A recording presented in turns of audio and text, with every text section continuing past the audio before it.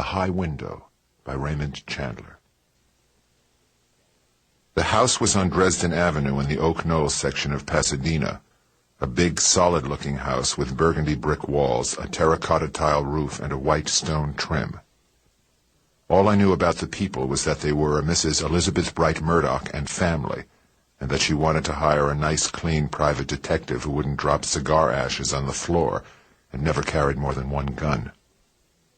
And I knew she was the widow of an old coot with whiskers named Jasper Murdoch, who'd made a lot of money helping out the community, and got his photograph in the Pasadena paper every year on his anniversary, with the years of his birth and death underneath, and the legend, "His life was his service."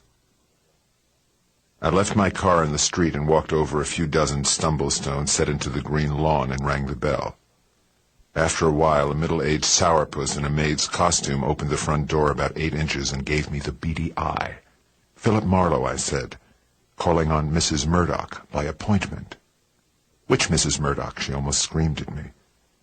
"Mrs. Elizabeth Bright Murdoch," I said. "I didn't know there was more than one."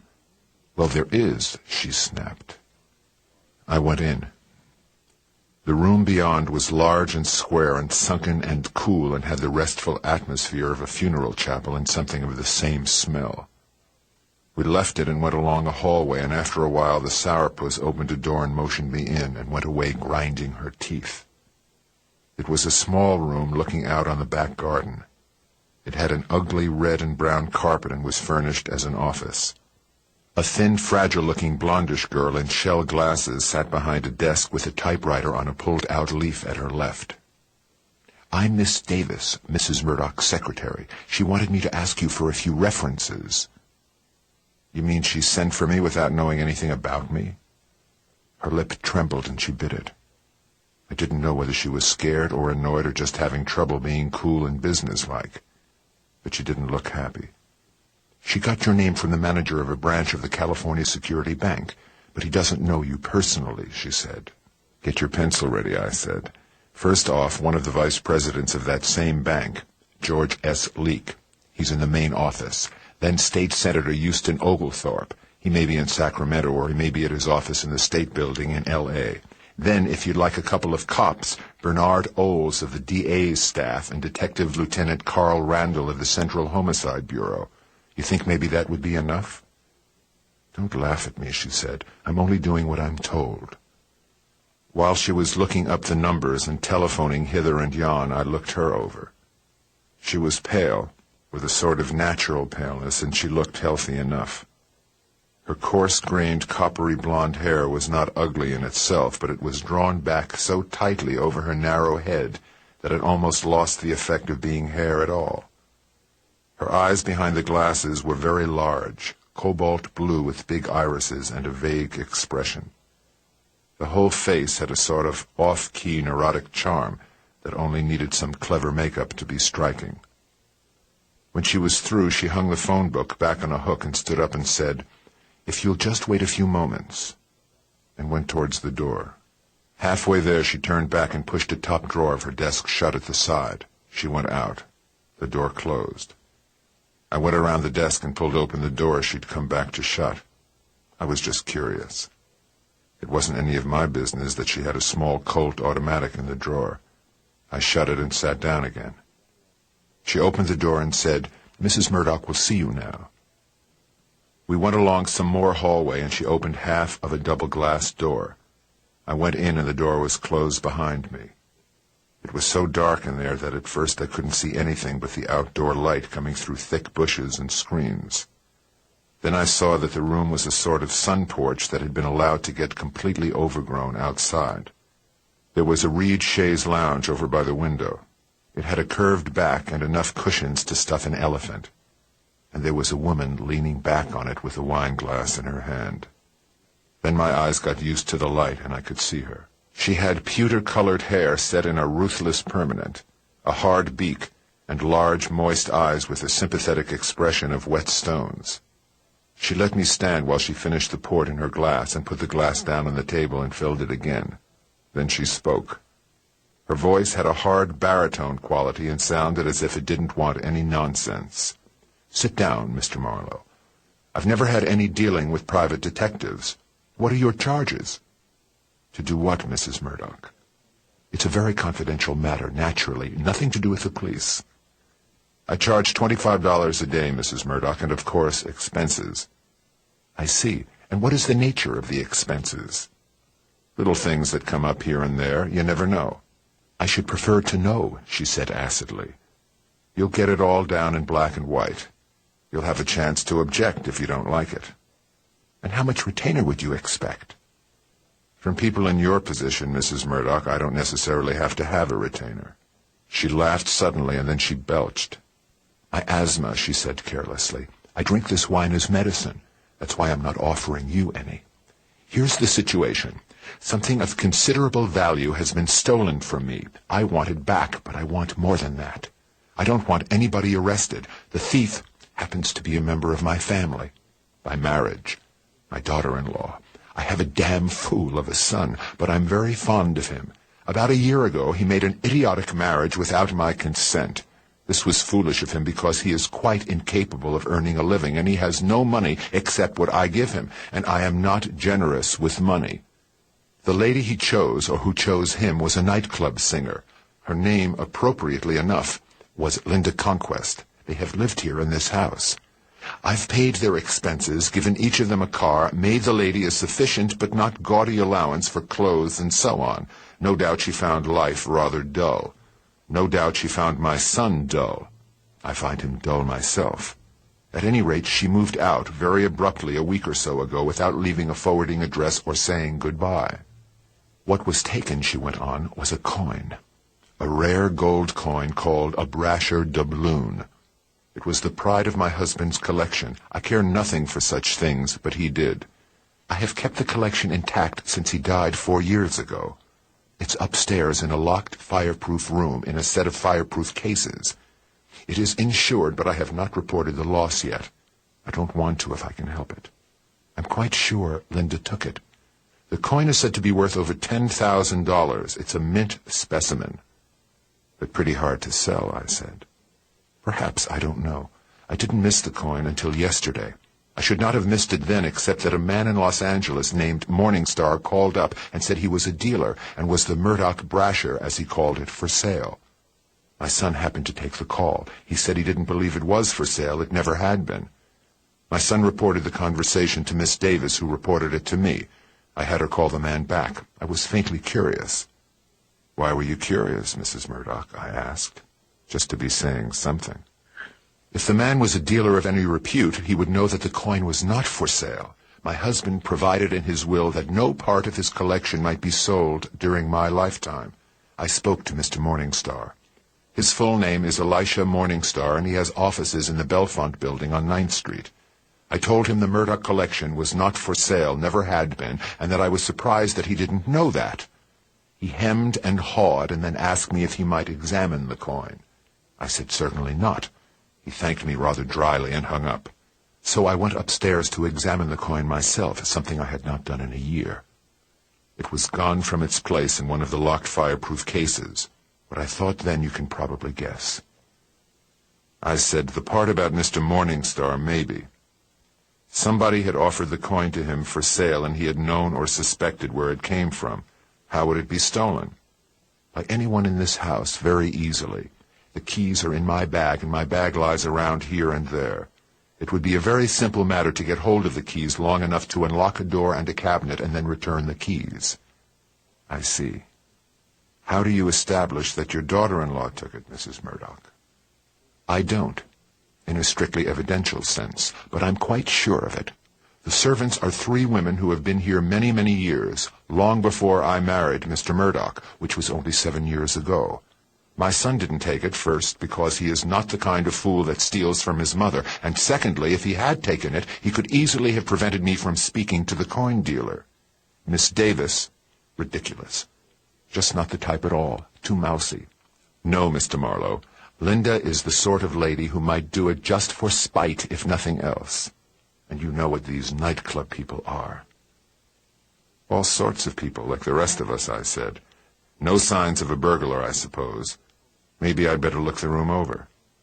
I've just told you, Mr. Marlowe, that Mrs. Leslie Murdoch, my daughter-in-law, took the Brasher doubloon. Assuming that's so, Mrs. Murdoch, just what do you want done? In the first place, I want the coin back. In the second place, I want an uncontested divorce for my son, and I don't intend to buy it. I dare say you know how these things are arranged. I may have heard, I said.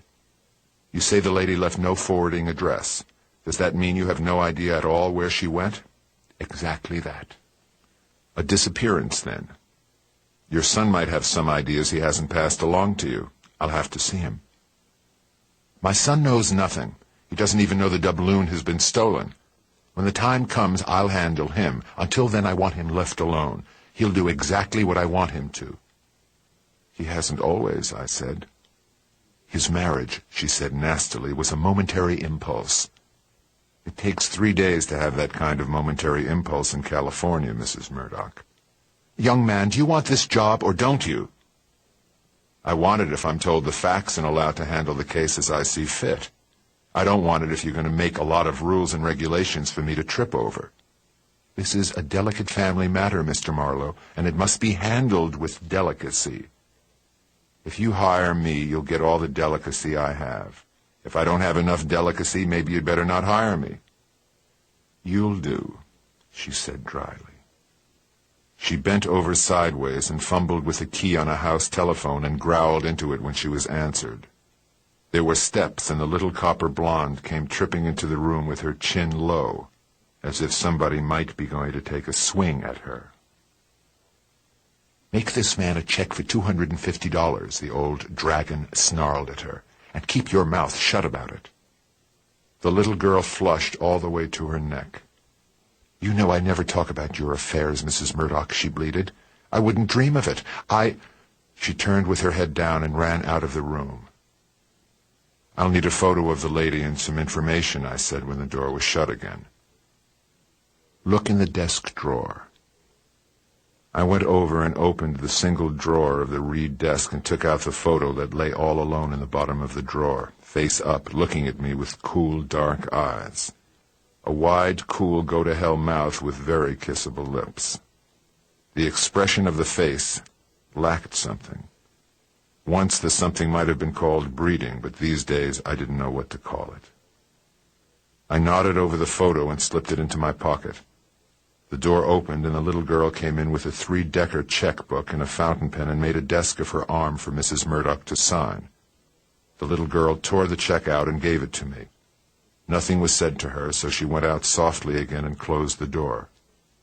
I shook the check dry, folded it, and sat holding it. What can you tell me about Linda? Practically nothing.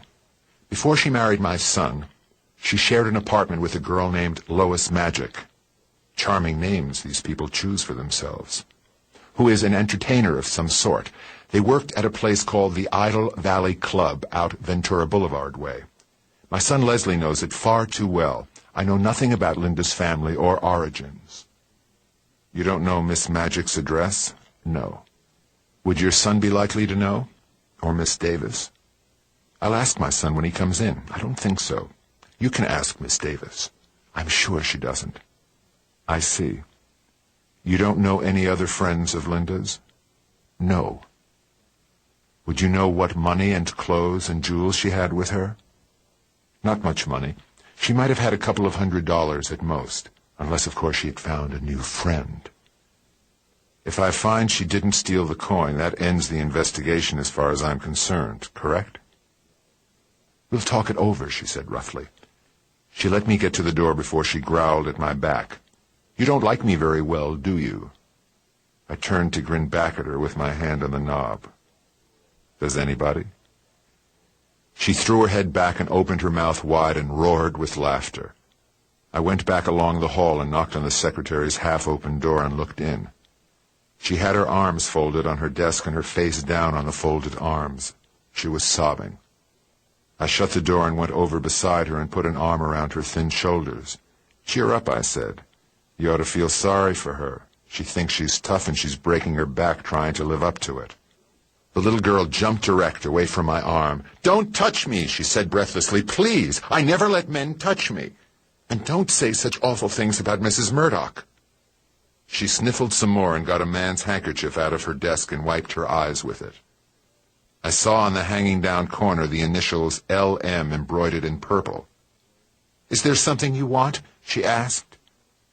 "What do you know about a Miss Lois Magic?" "I only saw her once. She used to share an apartment with Linda. She came here with a Mr. Vanier." "Who's he?" She looked down at her desk. She just came with him. I don't know him." "Know where Miss Magic lives?" She shook her head no. I went out of her office, shut the door firmly, and walked back along the empty halls, through the big, silent, sunken funeral living room and out of the front door. I got into the car and started it and pulled away from the curb. A small sand-colored coupe pulled away from the curb behind me. I didn't think anything of it. The man driving it wore a dark pork-pie-type straw hat with a gay print band, and dark glasses were over his eyes. I drove back towards the city. A dozen blocks later, at a traffic stop, the sand-colored coupe was still behind me. I shrugged and, just for the fun of it, circled a few blocks. The coupe held its position. I dragged my heap around in a fast U-turn and stopped against the curbing. The coupe sailed on, and I drove on towards Hollywood. I looked carefully several times, but I didn't spot the coupe again. I had an office in the Cahuenga building, 6th floor, 2 small rooms at the back. I looked into the reception room. It was empty of everything but the smell of dust. I went into the room beyond.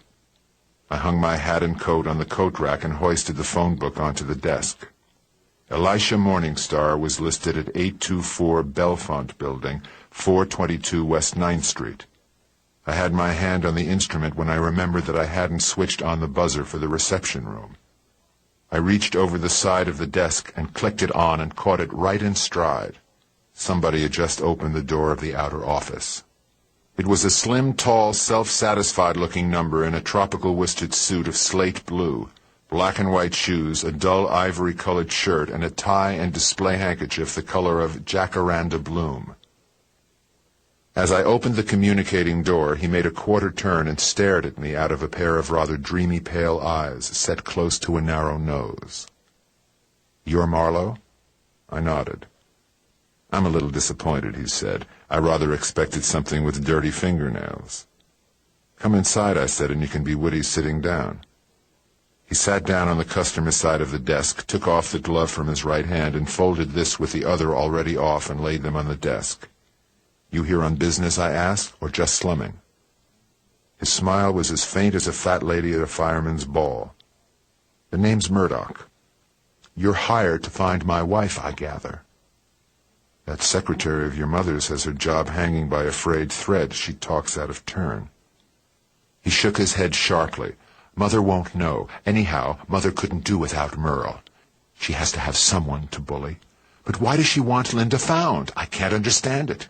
Spending money on it, too. My mother hates to spend money. Look, Marlowe, please be reasonable and give me an idea what it's all about. I haven't much money, I'm afraid, but would a couple of $100...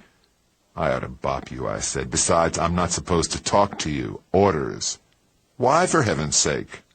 "Don't ask me things I don't know. And don't ask me things I do know, because I won't tell you the answers." "I love my wife," he said suddenly, and showed me the hard white edges of his teeth. "She doesn't love me. She was used to a fast-moving sort of life. With us, well, it's been pretty dull. We haven't quarreled, but she hasn't really had a lot of fun being married to me." "You're just too modest," I said. His eyes glinted, but he kept his smooth manner pretty well in place. "I know my mother's not putting out $250 just to be breezy. Maybe it's not Linda. Maybe it's something else. Maybe—" He stopped and then said this very slowly, watching my eyes. "Maybe it's Morny." "Maybe it is," I said cheerfully. "I'm in a spot there, all right," he said, "but I didn't think she knew about it. Morny must have called her up." This was easy. I said, "How much are you into him for?" It wasn't so easy. He got suspicious again. "If he called her up, he would have told her, and she would have told you," he said thinly. "Maybe it isn't Morny," I said, beginning to want a drink very badly. But if it was Morny, how much? 12,000, he said, looking down and flushing. Threats? He nodded. Tell him to go fly a kite, I said. What kind of lad is he, tough? I suppose he is. He used to be a screen heavy, good-looking in a flashy way, a chaser. But don't get any ideas. Linda just worked there like the waiters and the band, and if you're looking for her, you'll have a hard time finding her. Why would I have a hard time finding her? She's not buried in the backyard, I hope. He stood up with a flash of anger in his pale eyes. Standing there, leaning over the desk a little, he whipped his right hand up in a neat enough gesture and brought out a small automatic, about .25 caliber with a walnut grip. If anybody tries to push Linda around, he'll have to push me around first, he said tightly. That oughtn't to be too hard. Better get more gun unless you're just thinking of bees. He put the little gun back in his pocket. I said, as a matter of fact, I don't even think you are worried about your wife. She didn't run away from you at all. She just ran away from your mother. Perhaps she'll get a job and make enough money to support you. He turned his body to the right a little, and the fist made a tight, unrelaxed arc through the air upwards. I moved my jaw out of the way and caught his wrist and pushed it slowly back against his chest, leaning on it. He slid a foot back on the floor and began to breathe hard. We stood there looking into each other's eyes. He tried to jerk his wrist away, but I put so much weight on him that he had to take another short step back to brace himself. How come your old man didn't leave you some money? I sneered. Or did you blow it all? If it's any of your rotten business and you mean Jasper Murdoch, he wasn't my father. He didn't like me and he didn't leave me a cent. My father was a man named Horace Bright who lost his money in the crash and jumped out of his office window. You milk easy, I said, but you give pretty thin milk. I'm sorry for what I said about your wife supporting you. I just wanted to get your goat. I dropped his wrist and stepped back. Well, you got it. If you're satisfied, I'll be on my way. He opened the door and went on out. I went back to the desk and lifted the phone. After the bell had rung 3 times at the other end of the line, the phone clicked and a man spoke. This is Mr. Morningstar. I'm told you called Mrs. Murdoch in Pasadena, Mr. Morningstar, about a certain coin. My understanding is that you wish to buy the coin in question from the Murdoch collection. Indeed. And who are you, sir? Philip Marlowe, a private detective. I'm working for Mrs. Murdoch. And what did you wish to talk to me about? About this coin. But I was informed it was not for sale. I still want to talk to you about it, in person. You mean she's changed her mind about selling? No. Then what have we to talk about? The point is, Mr. Morningstar, that at the time you called up, you already knew the coin wasn't for sale. Interesting, he said slowly. How? You're in the business, you couldn't help knowing. It's a matter of public record that the Murdoch collection can't be sold during Mrs. Murdoch's lifetime. There was a silence. Then, at 3 o'clock, I shall be glad to see you here in my office. I hung up and lit my pipe and sat there looking at the wall. I called Kenny Haste, a crime reporter on the Chronicle. What do you know about Alex Morny? I asked him when we were through cracking wise at each other. Runs a plush nightclub in Idle Valley. Used to be in pictures. Seems to have plenty of protection. Dangerous? I'd say he might be, if necessary. He has a bodyguard who's quite a character. His name's Eddie Prue. He's about 6 feet 5 inches tall and thin as an honest alibi. He has a frozen eye, the result of a war wound. Do you know a girl named Lois Magic, said to be an entertainer? A tall, gaudy blonde, I hear. No. Sounds as though I might like to. Do you know anybody named Vanier? Nope. But I could ask Gertie Arbogast, if you want to call back. He knows all the nightclub aristocrats. And heels. Thanks, Kenny, I'll do that. Half an hour? He said that would be fine, and we hung up. I locked the office and left. At the end of the corridor, in the angle of the wall, a youngish blond man in a brown suit and a cocoa-colored straw hat with a brown and yellow tropical print band was reading the evening paper with his back to the wall. He got into the elevator with me. I went out on the street and walked a block to the bank to deposit my check and draw out a little folding money for expenses. From there I went to the Tiger Tail Lounge and drank a martini and ate a sandwich.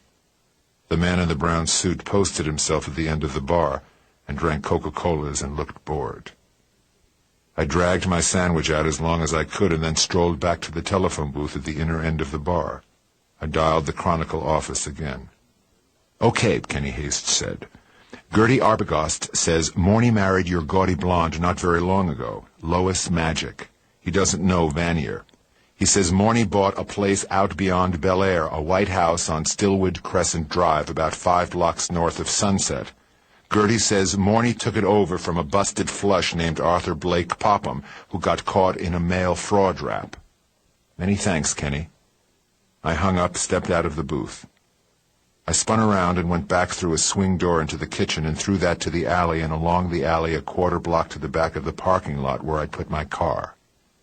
No sand-colored coupe succeeded in getting behind me as I drove off in the general direction of Bel Air. Stillwood Crescent Drive curved leisurely north from Sunset Boulevard, well beyond the Bel Air Country Club golf course. I drove up slowly, looking for monograms on gates. Arthur Blake Popham was the name. ABP would be the initials.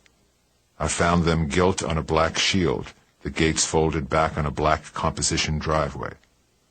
It was a glaring white house that had the air of being brand new, but the landscaping was well advanced. I hammered on a large brass knocker.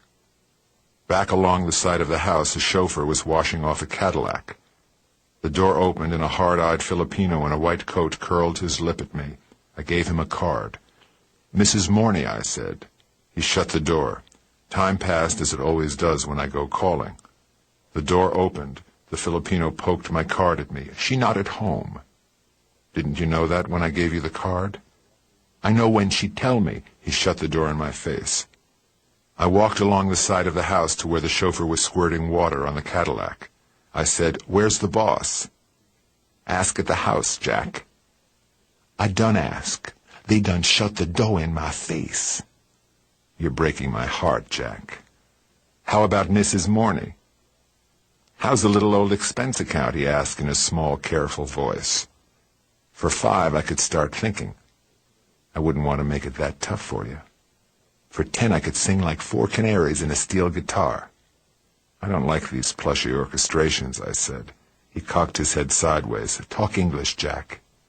"All I want to know is whether Mrs. Morny is home." I gave him $2.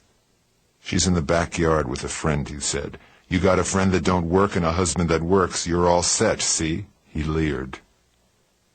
A rather large blonde cocker spaniel tore around the Cadillac, hit me in the stomach and thighs with all 4 paws, ran around my legs, sat down between them, and started to pant.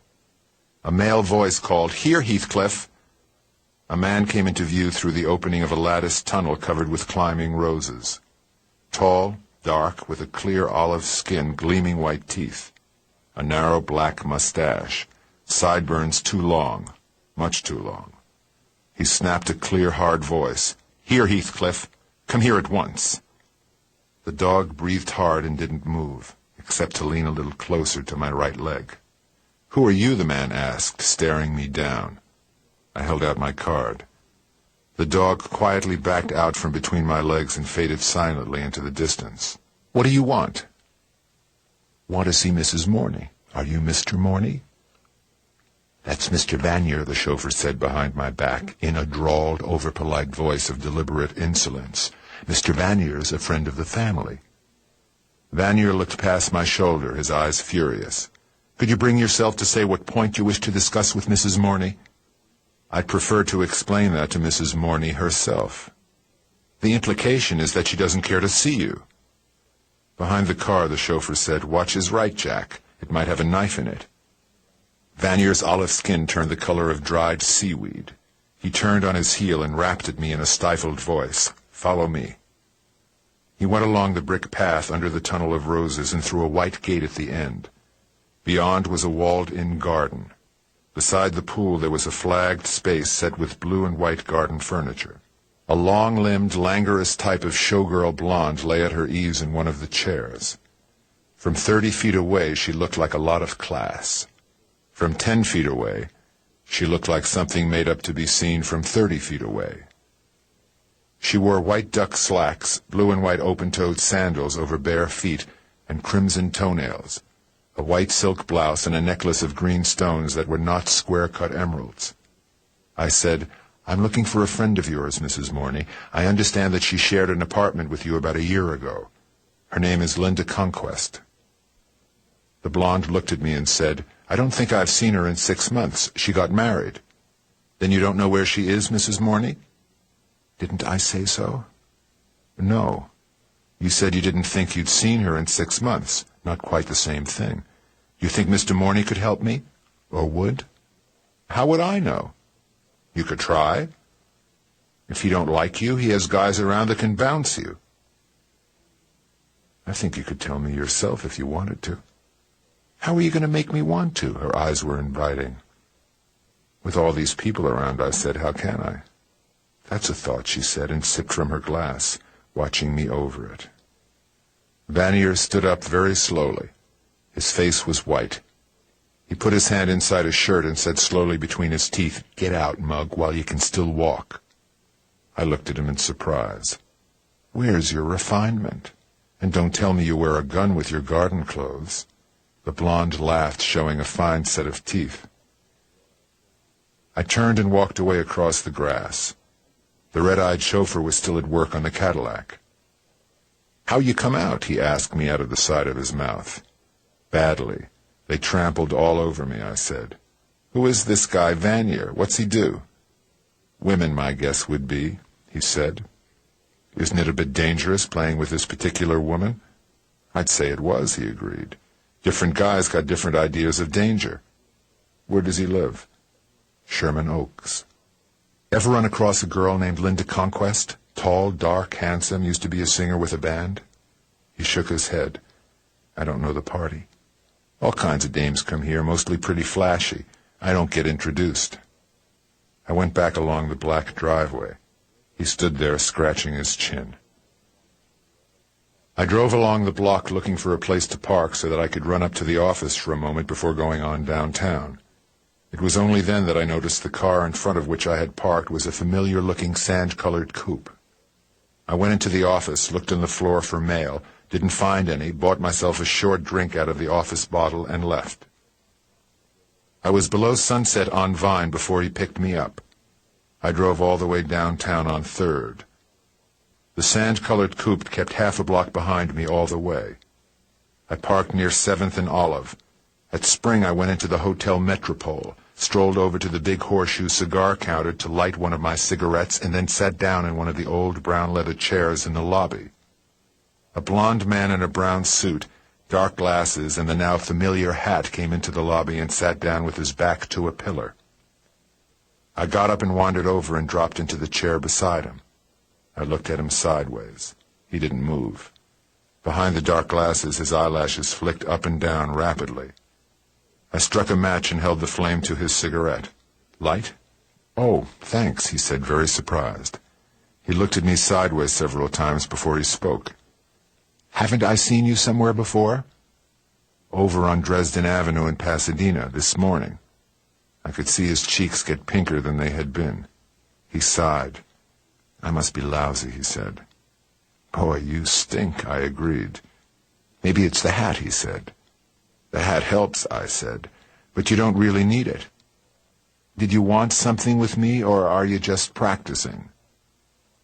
"I figured I'd find out if you were smart enough to be worth talking to." "I'm very smart," I said. "It would be a shame not to talk to me." He drew a small pigskin wallet out. He handed me a nice, fresh card from it. It read, "George Anson Phillips, Confidential Investigations, 212 Sanger Building, 1924 North Wilcox Avenue, Hollywood.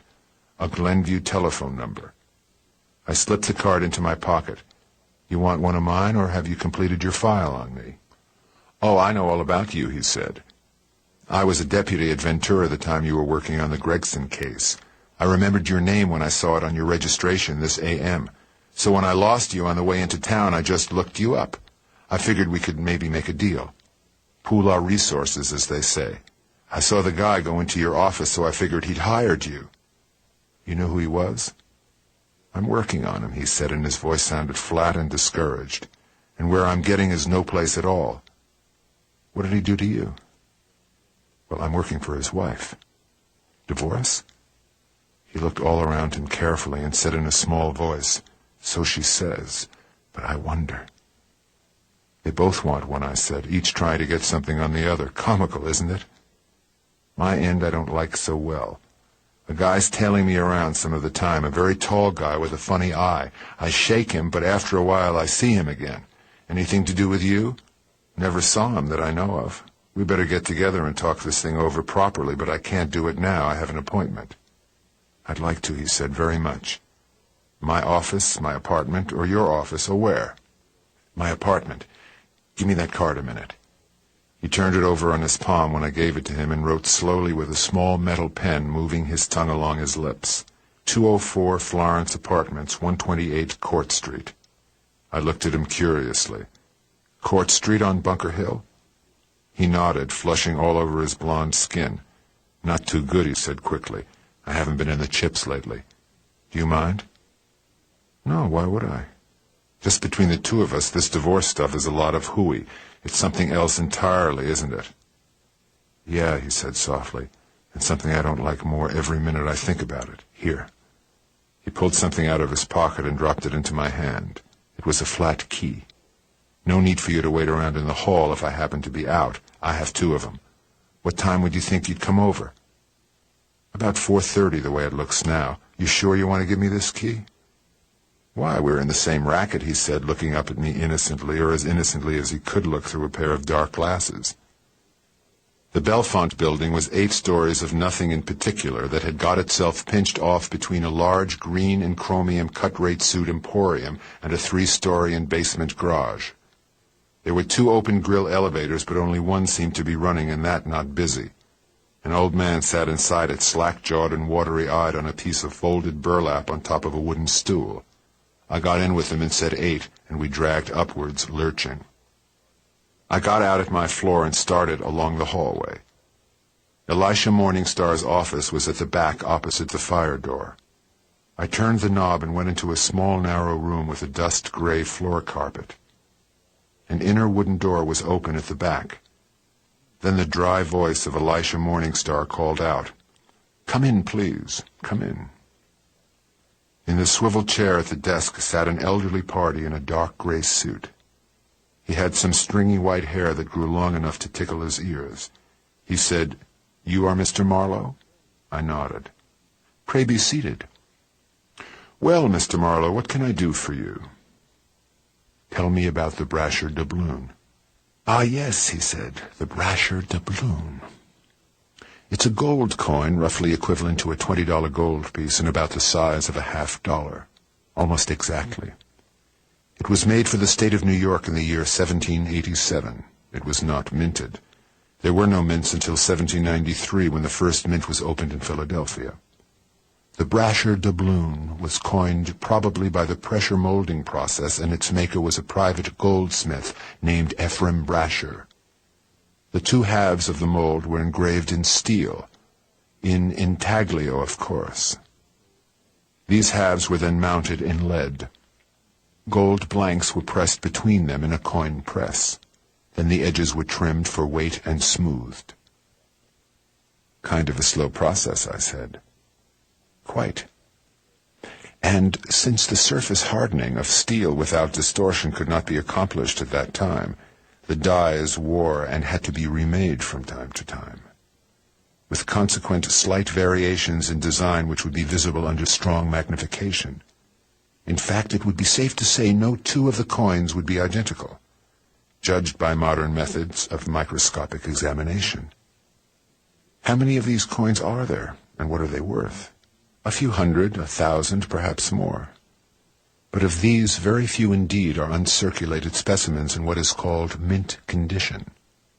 The value varies from a couple of thousand on up.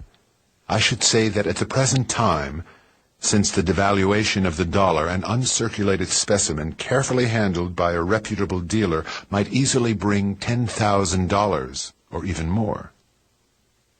"And now," I said, Let's talk about the Brasher doubloon that somebody tried to sell you. Oh, did somebody try to sell me a Brasher doubloon? Now, why would they do that? They needed the money, I said, and they didn't want too many questions asked.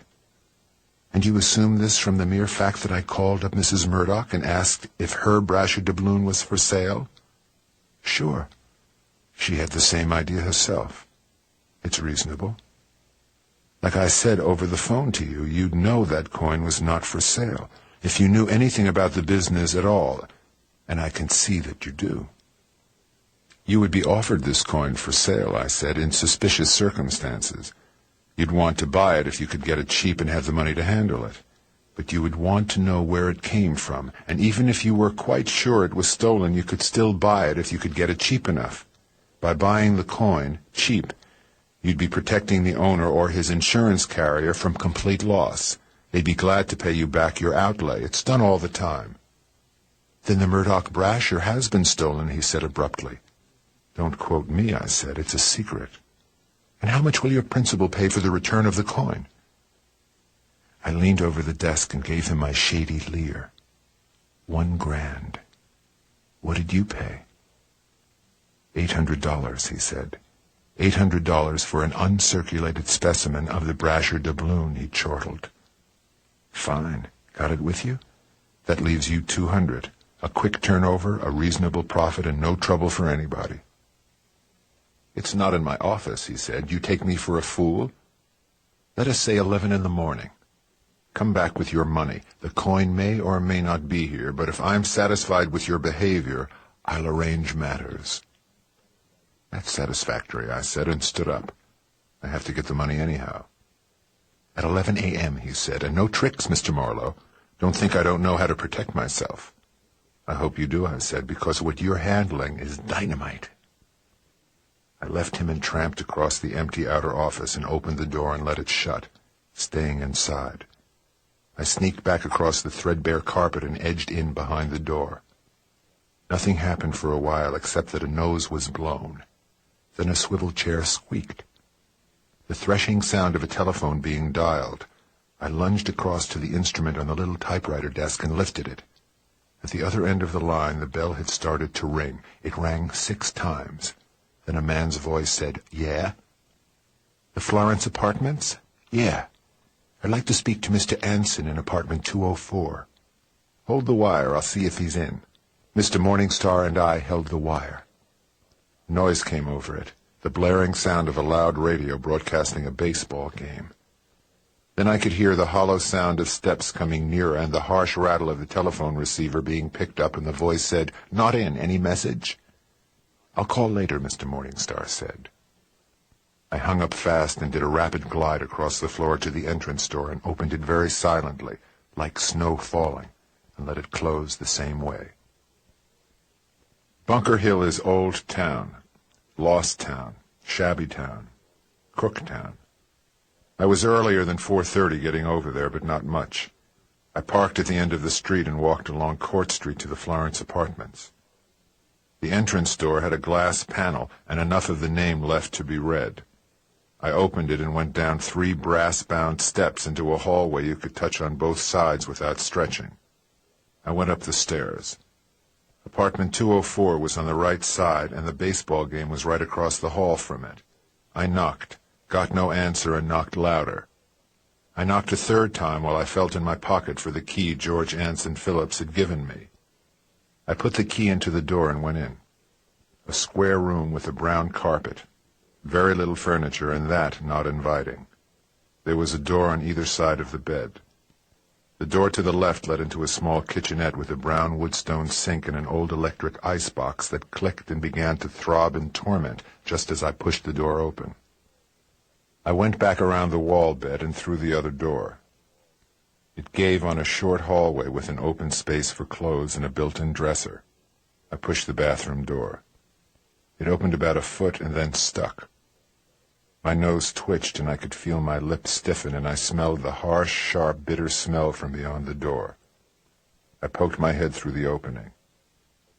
The floor of the bathroom was too short for him. so his knees were poked up and hung outward slackly, and his head was pressed against the woodstone baseboard at the other end, not tilted up, but jammed tight. His right hand was thrown across his stomach. His left hand lay on the floor, palm up. The fingers curled a little. There was a blood-caked bruise on the right side of his head in the blonde hair. His open mouth was full of shiny crimson blood. The door was stopped by his leg.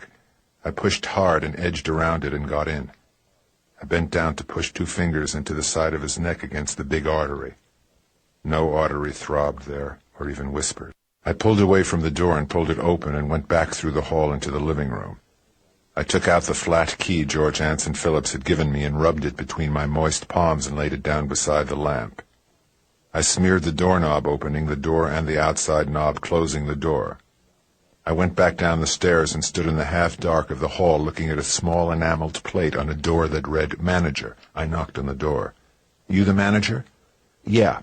It was the same voice I'd heard over the telephone, talking to Elisha Morningstar. He was a lanky man with carroty short hair growing down to a point on his forehead. He had a long nose that would be into things. I said, "Mr. Anson?" 204. "He's not in." "What should I do, lay an egg?" "Neat," I said. "You have them all the time, or is this your birthday?" "Beat it," he said. "Drift." $5, I said. It rocked him. "Come in," he said. I sat down.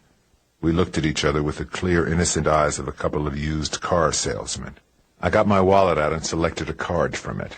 It wasn't my card. It read, "James B. Pollock, Reliance Indemnity Company, Field Agent." I handed the carroty man the card. He read it and scratched the end of his nose with one of the corners. "Wrong, John?" he asked, keeping his green eyes plastered to my face. "Jewelry," I said, and waved a hand. He thought this over. "We get one once in a while," he conceded. "You can't help it." He didn't look like it to me, though. Soft-looking. I didn't figure him for no crook, but hell, they come all sizes and shapes. "What say we frisk the apartment while he's out?" He shook his head. "Mr. Palermo wouldn't like it." "Mr. Palermo?" "He's the owner, across the street. Owns the funeral parlors. Owns this building and a lot of other buildings. Practically owns the district, if you know what I mean. Gets the vote out."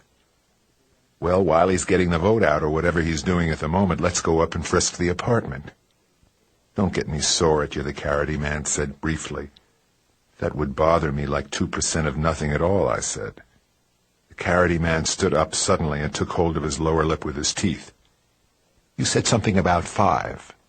"That was hours ago," I said. "I thought better of it. Let's go up and frisk the apartment." "Say that just once more." His right hand slid towards his hip. "If you're thinking of pulling a gun, Mr. Palermo wouldn't like it," I said. "To hell with Mr. Palermo." He put a hat on, but no coat, opened a drawer and took out a bunch of keys, walked past me to open the door and stood in it, jerking his chin at me. We went out into the hall and along it and up the stairs. The carroty man selected one of his keys and put it in the lock of apartment 204. Against the booming of the dance band behind us in the apartment across the way, a woman's voice suddenly screamed hysterically. The carroty man withdrew the key and bared his teeth at me. He walked across the narrow hallway and banged on the opposite door. The door was jerked open, and a sharp-faced blonde in scarlet slacks and a green pullover stared out with sultry eyes, one of which was puffed, and the other had been socked several days ago. "Pipe down, but soon," the carroty man said. "Next time I call some law." The girl looked back over her shoulder and screamed against the noise of the radio. "Hey, Dell, the guy says to pipe down. You want to sock him?"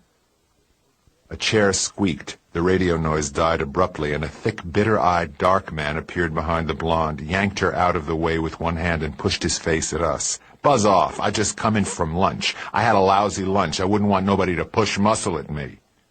The carroty man said, "You heard me, Mr. Hench. Dim that radio and stop the roughhouse in here." The man addressed as Hench said, "Listen, Picklepuss," and heaved forward with his right foot in a hard stamp. The carroty man's left foot didn't wait to be stamped on. The carroty man hit him on the top of his head, and the girl screamed. Hench turned blindly, stumbled, and ran across the floor in a lurch that threatened to land him on his nose at every step.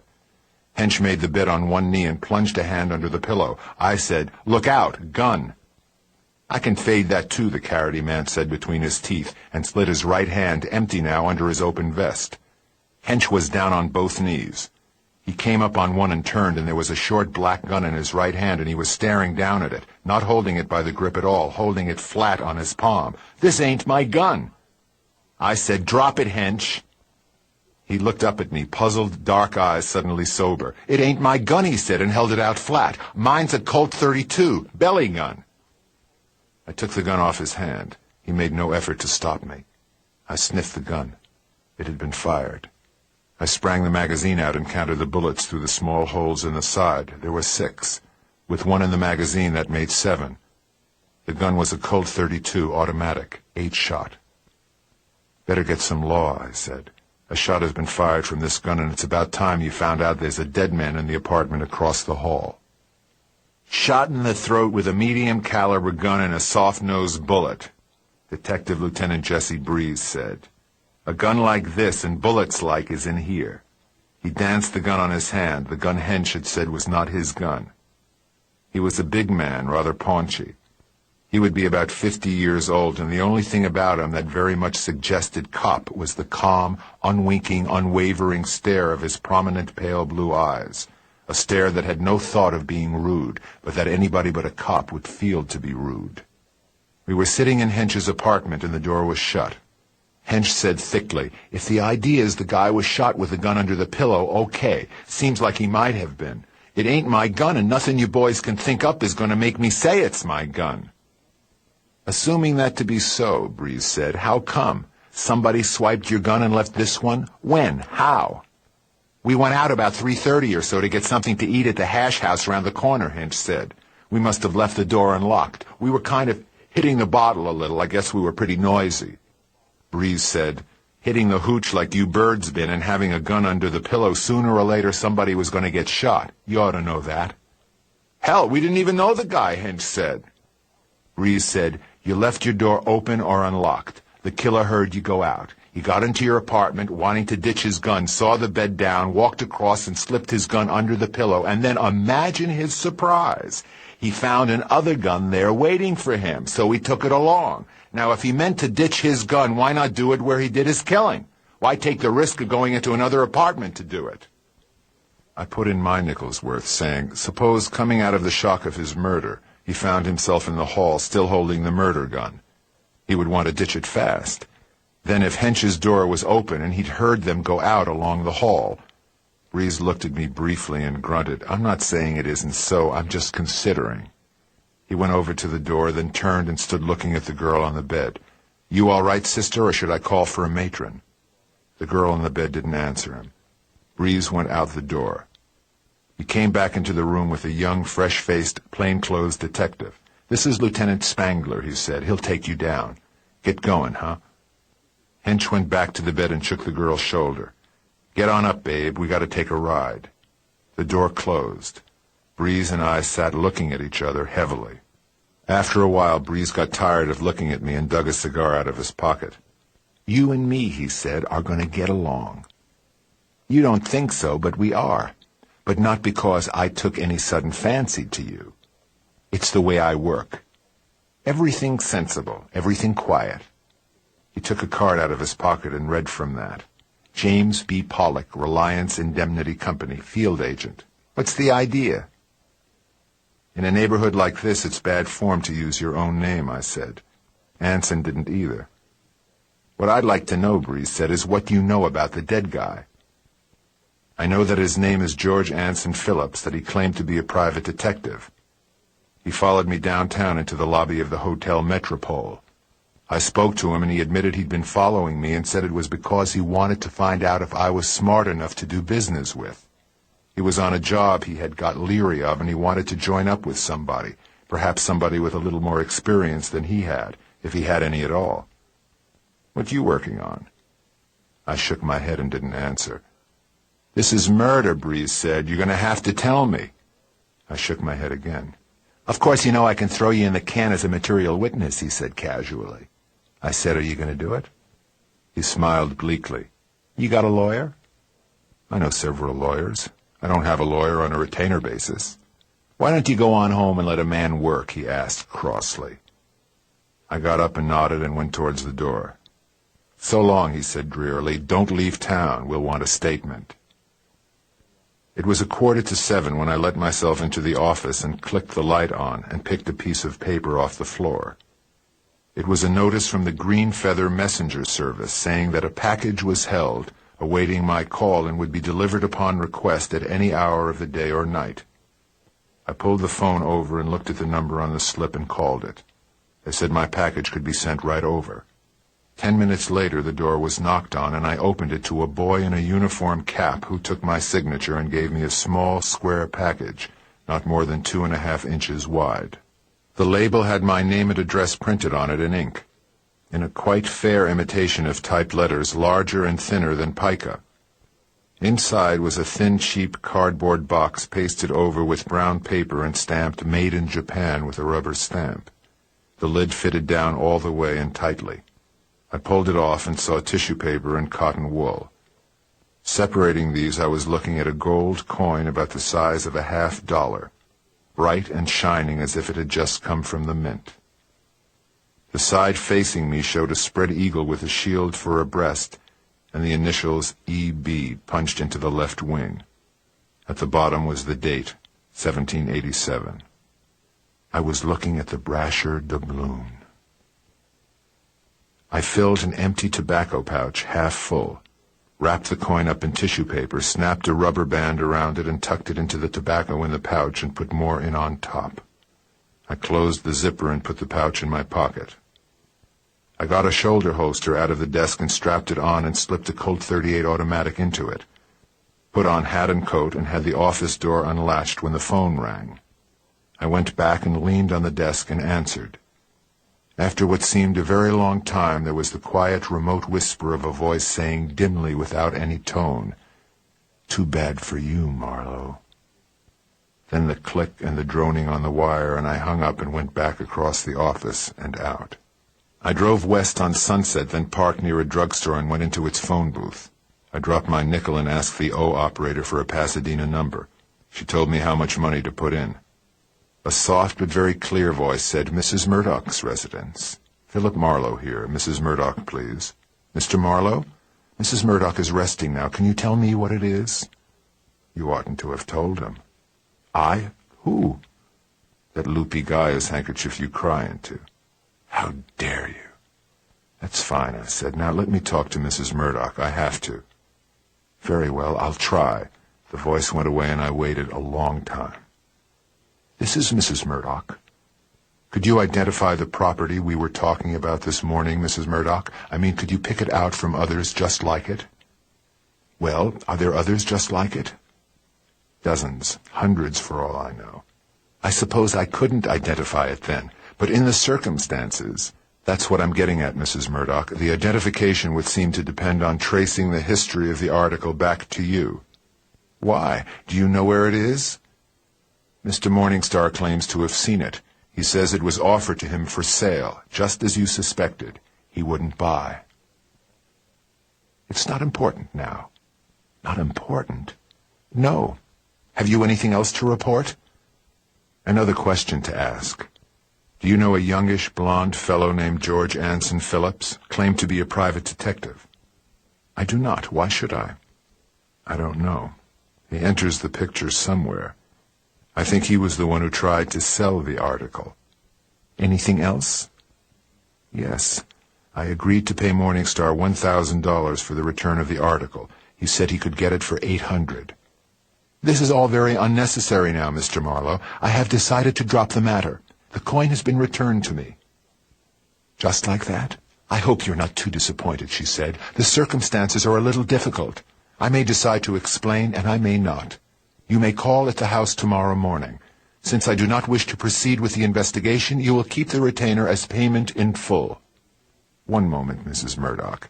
It isn't going to be as simple as all that. Things have happened." "In the morning you may tell me about them," she said sharply, and hung up. The hock shop was on Santa Monica near Wilcox, a quiet, old-fashioned little place, washed gently by the lapping waves of time. An old Jew in a tall black skull cap came along behind the counter, smiling at me over cut-out glasses. I got my tobacco pouch out, got the brasher doubloon out of that and laid it on the counter. The Jew took the coin and lifted it on his hand. "Gold, is it? A gold hoarder you are, maybe," he said, twinkling. $25, I said. "The wife and the kiddies are hungry." "Oy, that's terrible." He weighed it casually on a pair of small scales. "Gold it is," he said. "So $10 you're wanting?" $25. "For $25, what would I do with it? Sell it, maybe? For $15 worth of gold is maybe in it."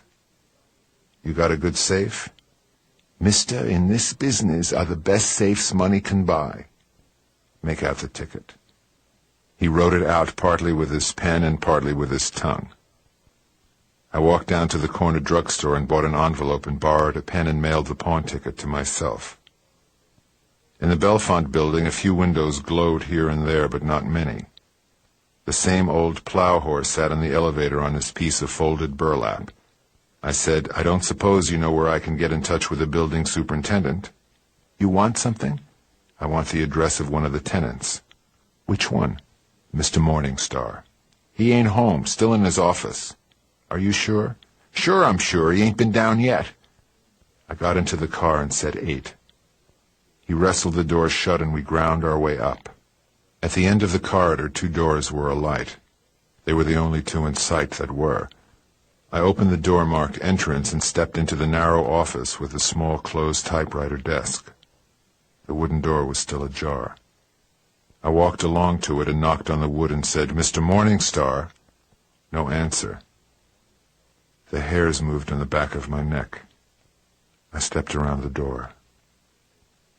The ceiling light glowed down on the glass cover of the jeweler's scales, on the old polished wood around the leather desktop, down the side of the desk, on a square-toed, elastic-sided black shoe with a white cotton sock above it.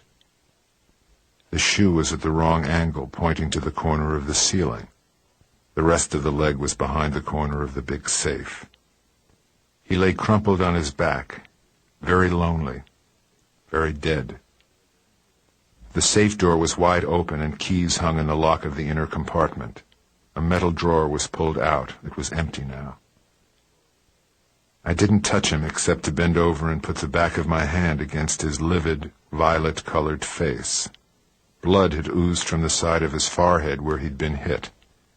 But there was no powder smell on the air this time, and the violet color of his skin showed that he had died of a heart stoppage due to shock and fear, probably. That didn't make it any less murder. I called the receiving hospital from the corner, giving no name. It was 10 o'clock in the evening. I was home at the apartment. I had a pipe in my mouth, and nothing on my mind except 2 murders and the mystery of how Mrs. Elizabeth Bright Murdoch had got her brasher doubloon back while I still had it in my pocket. The bell rang at the door. I stepped around the table and picked the Colt .38 off the drop leaf of the oak desk and went over to the door, holding it down beside my right leg. "Who is it?" "Breeze." I went back to the desk to lay the gun down again before I opened the door. Breeze stood there looking just as big and sloppy as ever, but a little more tired. The young, fresh-faced dick named Spangler was with him. Spangler left the door and crossed the room to the dinette, looked in there, recrossed, and went into the hall. "Nobody here," he said. Breeze nodded and sat down. Spangler saw the gun lying on the desk. He said, "Mind if I look?" I said, "Phooey on you both." Spangler walked to the gun and held the muzzle to his nose, sniffing. He broke the magazine out, ejected the shell in the chamber, picked it up and pressed it into the magazine. He laid the magazine on the desk and held the gun so that light went into the open bottom of the breech. "A little dust," he said, "not much." "What do you expect?" I said. "Rubies?" "We know damn well it wasn't a long .38 anyway," he said. "Just what are you guys talking about?" I asked. Breeze said, "You always have a gun lying around in your desk?" "Except when it's under my pillow," I said. "We didn't come here to get tough, Marlowe." "That's fine," I said. "So you prowl my apartment and handle my property without asking my permission. What do you do when you get tough? Knock me down and kick me in the face?" "Oh, hell," he said and grinned. I grinned back. "We're not trying to pull anything that's not legitimate. We only hope you ain't either." "Ain't either what?" "Ain't either trying to pull anything not legitimate, such as holding out on us." "Just why shouldn't I hold out on you if I feel like it?" I asked. "You're not paying my salary." "We're on a murder case," Breeze said. "You found the body. You talked to the guy. You said you didn't know what he wanted to see you about. We figured that maybe with time to think back you could have remembered." "In other words, I was lying the first time," I said. "When what you say begins to make sense, we'll be satisfied." "I never saw Phillips before today," I said. "He wanted to talk to me. He gave me his key. I went to his apartment, used the key to let myself in when he didn't answer, as he told me to do. He was dead." He watched me with a quiet up-from-under look. "You're on a job. We don't know what it is. Phillips was playing at being a private dick. He was on a job. He tailed you around. How can we know unless you tell us that his job and your job don't tie in somewhere? And if they do, that's our business, right?" "That's one way to look at it," I said. "But it's not the only way, and it's not my way. Until you guys own your own souls, you don't own mine. Until you guys can be trusted every time and always, in all times and conditions, to seek the truth out and find it and let the chips fall where they may, until that time comes, I have a right to listen to my conscience and protect my client the best way I can. Until I'm sure you won't do him more harm than you'll do the truth good. Or until I'm hauled before somebody that can make me talk." "You sound to me just a little like a guy who's trying to hold his conscience down," Breeze said. "What do you find out about Phillips?" I asked. "Well, George Anson Phillips is a kind of pathetic case. He thought he was a detective, but it looks as if he couldn't get anybody to agree with him. George put an ad in the paper, and he might have got a customer out of that. I guess he did, because about a week ago, George went over to Court Street and took an apartment under the name of Anson and got bumped off." "What about this ad?" Breeze dug a thin piece of paper out of his wallet and put it down on the cocktail table. It said, "Why worry? Why be doubtful or confused? Consult cool, careful, confidential investigator, George Anson Phillips, Glenview 9521. "It ain't any worse than lots of business personals," Breeze said. "What about the gun Hench said wasn't his?" "It's the right gun. We don't have the slug yet, but we have the shell." "You believe somebody planted it under Hench's pillow?" "Sure. Why would Hench shoot Phillips? He didn't know him." "How do you know that?" "I know it," Breeze said, spreading his hands. "Look, there are things you know because you have them down in black and white, and there are things you know because they are reasonable and have to be so. It's God's truth," Breeze said slowly, "that I don't know what to make of you. I can't see you deliberately covering up on any murder, and neither can I see you knowing as little about all this as you pretend to know." I didn't say anything. Breeze put on his hat and stood up. "How long you expect to stay dummied up?" he asked. "I don't know." "Let me help you out. I give you till tomorrow noon, a little better than 12 hours. I give you till then to talk things over with your party and decide to come clean." "And after that?" "After that, I see the captain of detectives and tell him a private eye named Philip Marlowe is withholding information which I need in a murder investigation, or I'm pretty sure he is. I figure he'll pull you in fast enough to singe your britches." I said, "Uh-huh." "Did you go through Philip's desk?" "Sure. A very neat young feller. Nothing in it at all except a little kind of diary. Nothing in that either except about how he went to the beach or took some girl to the pictures and she didn't warm up much. There was only one thing about it. It was all done in a kind of printing." I said, "Printing?" "Yeah, printing in pen and ink. Not big block caps like people trying to disguise things. Just neat, fast little printing as if the guy could write that way as fast and easy as any way. We better beat it." They both went over to the door. Breeze looked at me sideways with his hand on the doorknob. "You know any tall blondes?" "I'd have to think," I said. "How tall?" "Just tall. A wop named Palermo owns that apartment house on Court Street. We went across to see him in his funeral parlors. He says he saw a tall blonde come out of the apartment house about 3:30. The manager, Passmore, don't place anybody in the joint that he would call a tall blonde. The wop says she was a looker. The two of them went along the hallway towards the elevator. The telephone rang. I picked it up and growled into it. "Marlowe?" The voice was a harsh, low whisper. It was a harsh, low whisper I'd heard before. "All right," I said. "Talk it up, whoever you are." "Maybe you're a smart guy," the harsh whisper said. "Maybe you'd like to do yourself some good." "How much good?" "Say about 5 C's worth of good." "Doing what?" "Keeping your nose clean," the voice said. "Want to talk about it?" "Where, when, and who to?" "Idle Valley Club, Morny. Any time you get here." "Who are you?" A dim chuckle came over the wire. "Just ask at the gate for Eddie Prue." It was nearly 11:30 when I backed my car out of the garage and drove towards Cahuenga Pass. The lobby looked like a high-budget musical.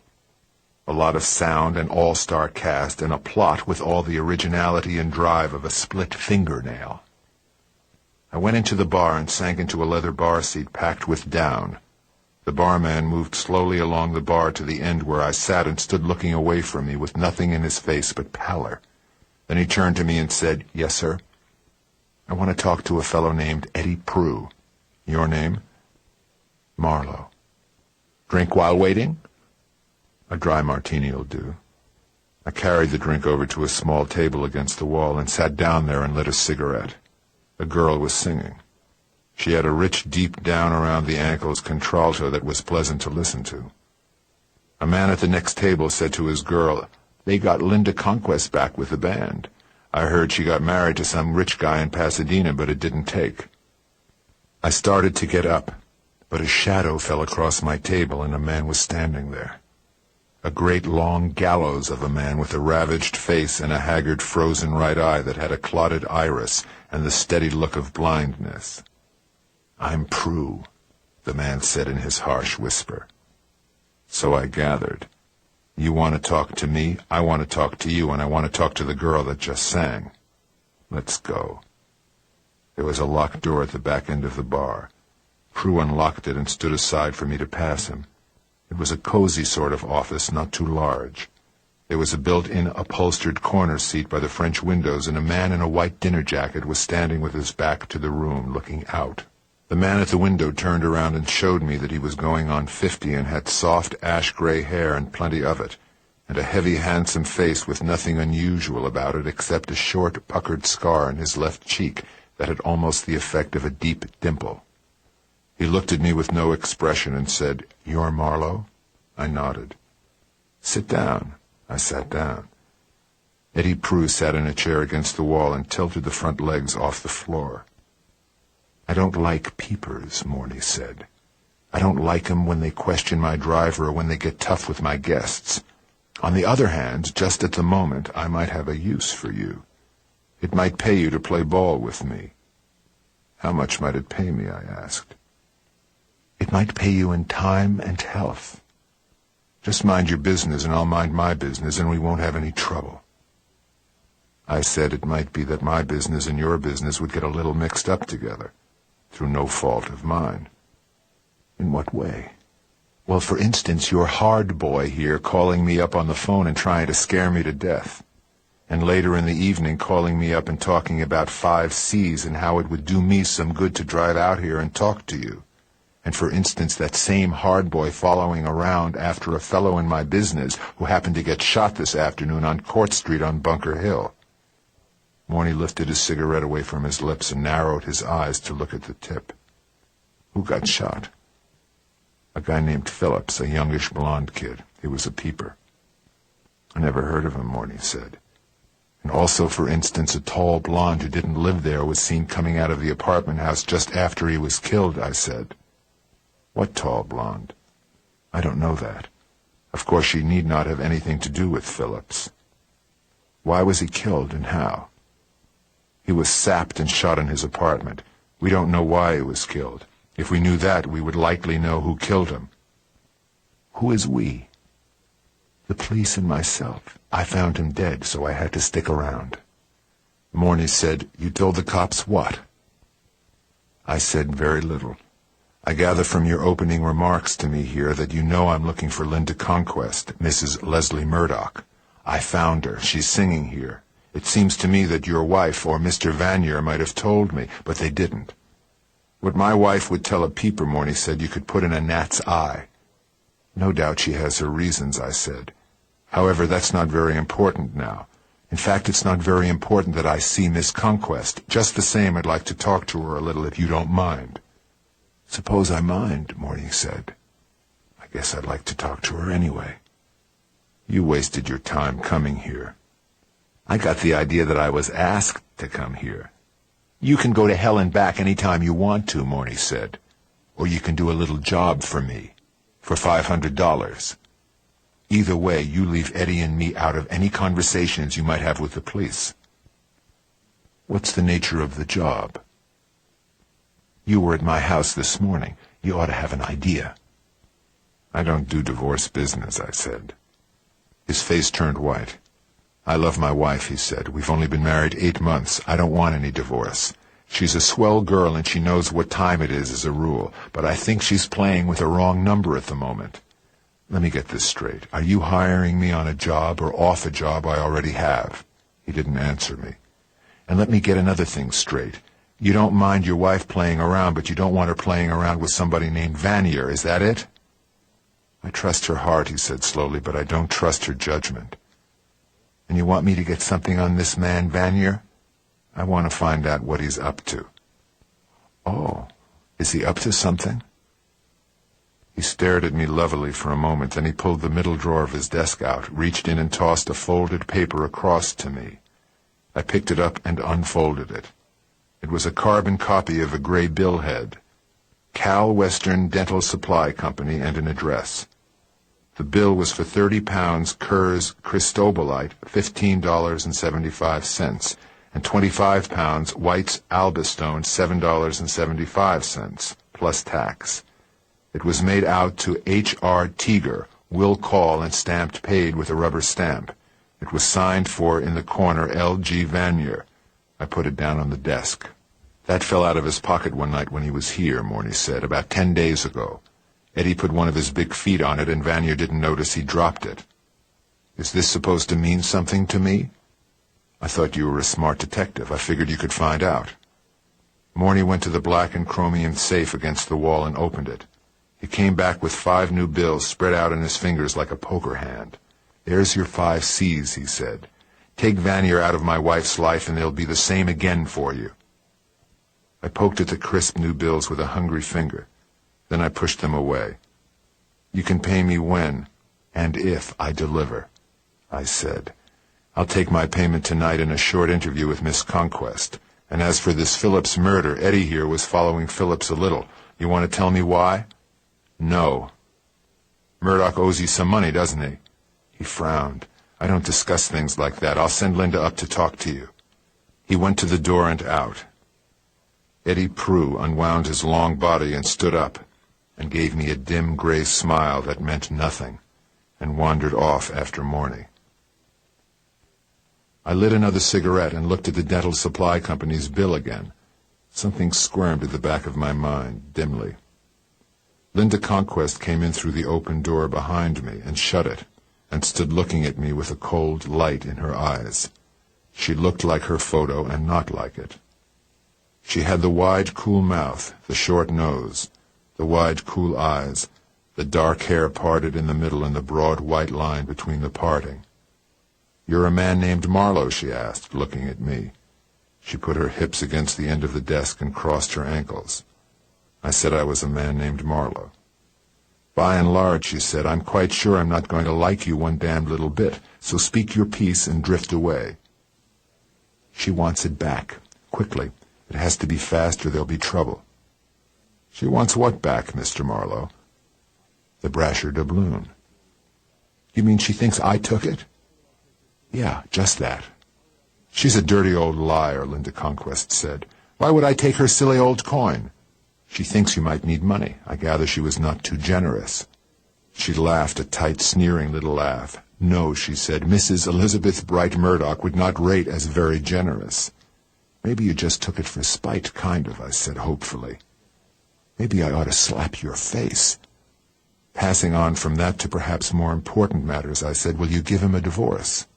For 25 grand, she said, not looking at me, I should be glad to. You're not in love with the guy, huh? You're breaking my heart, Marlowe. He's in love with you, I said. After all, you did marry him. Mister, don't think I didn't pay for that mistake, but a girl has to live, and it isn't always as easy as it looks. That port-sodden old fake made the bargain too rough. How do you like her for a client? I've had worse. You notice what she's doing to that girl? Merle?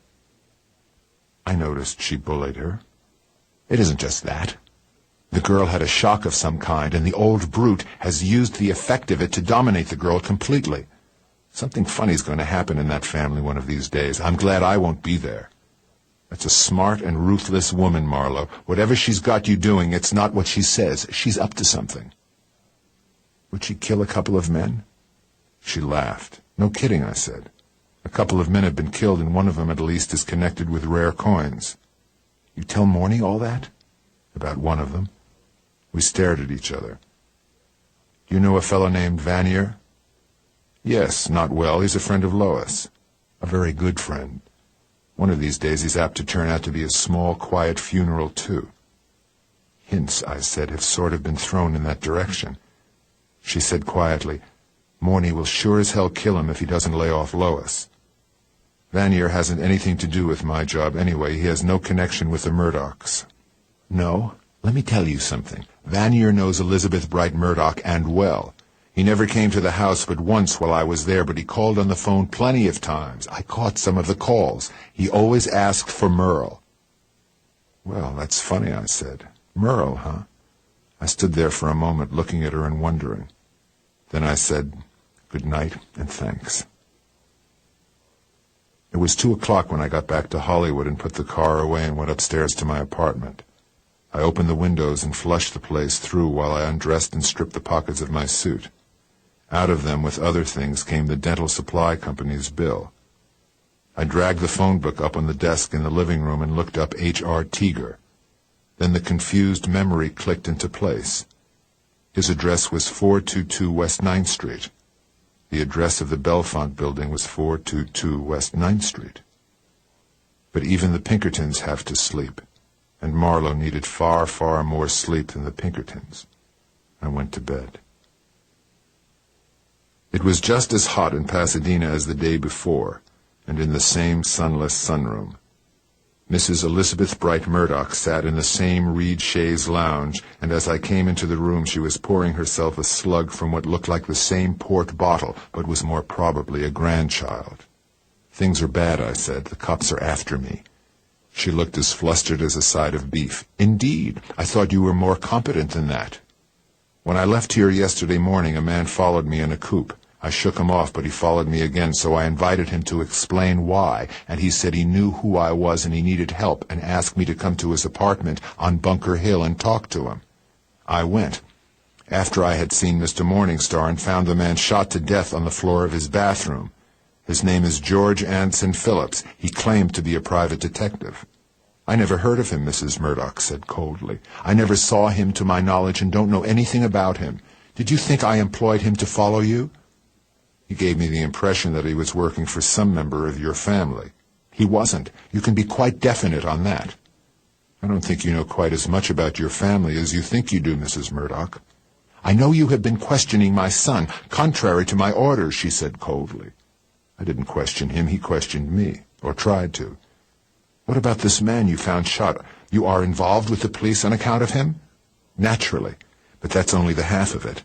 I saw Morningstar. I told you about that over the phone. He pretended not to have the Brasher doubloon, but admitted it had been offered to him and said he could get it, as I told you. Then you told me it had been returned to you, so that was that. I tried to get in touch with him to tell him the deal was off. I went to his office.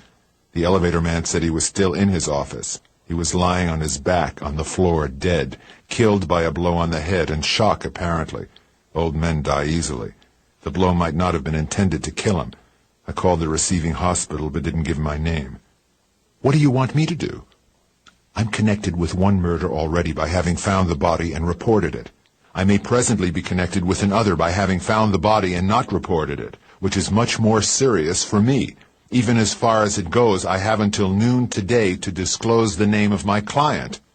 That, she said, would be a breach of confidence. You're not going to do that, I'm sure. I felt myself getting pinched around the nose. I'm working for you, I said. Now. This week, today. Next week I'll be working for somebody else, I hope, and the week after that for still somebody else.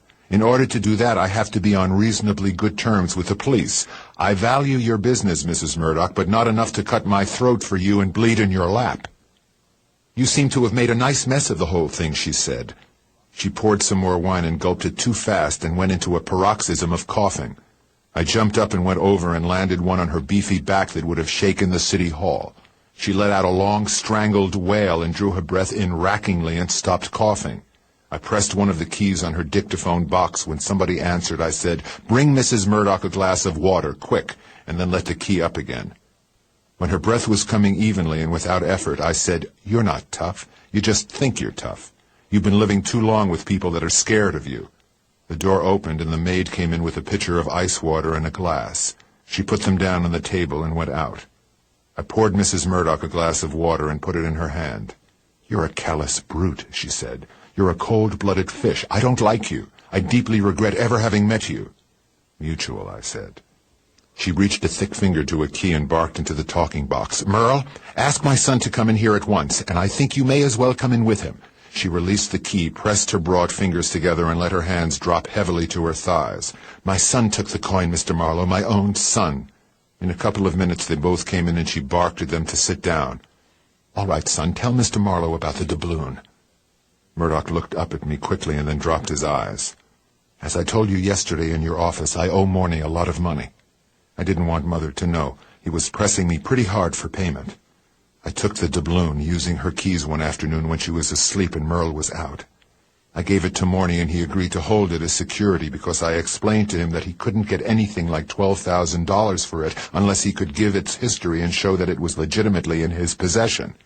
Morny gave me a receipt in which he agreed to hold the coin as collateral and not to convert it without notice and demand. When this man, Morningstar, called up and asked about the coin, I immediately became suspicious that Morny either was trying to sell it or that he was at least thinking of selling it and was trying to get a valuation on it. When Merle told me Mother had employed a detective, then I was sure she had missed the doubloon and had hired you on that account. I didn't really believe she'd hired you to find Linda. I knew where Linda was all the time. I went to your office to see what I could find out. I went to see Morny yesterday afternoon and told him about it. At first he laughed in my face, but when I told him that even my mother couldn't sell the coin without violating the terms of Jasper Murdoch's will, and that she would certainly set the police on him when I told her where the coin was, then he loosened up.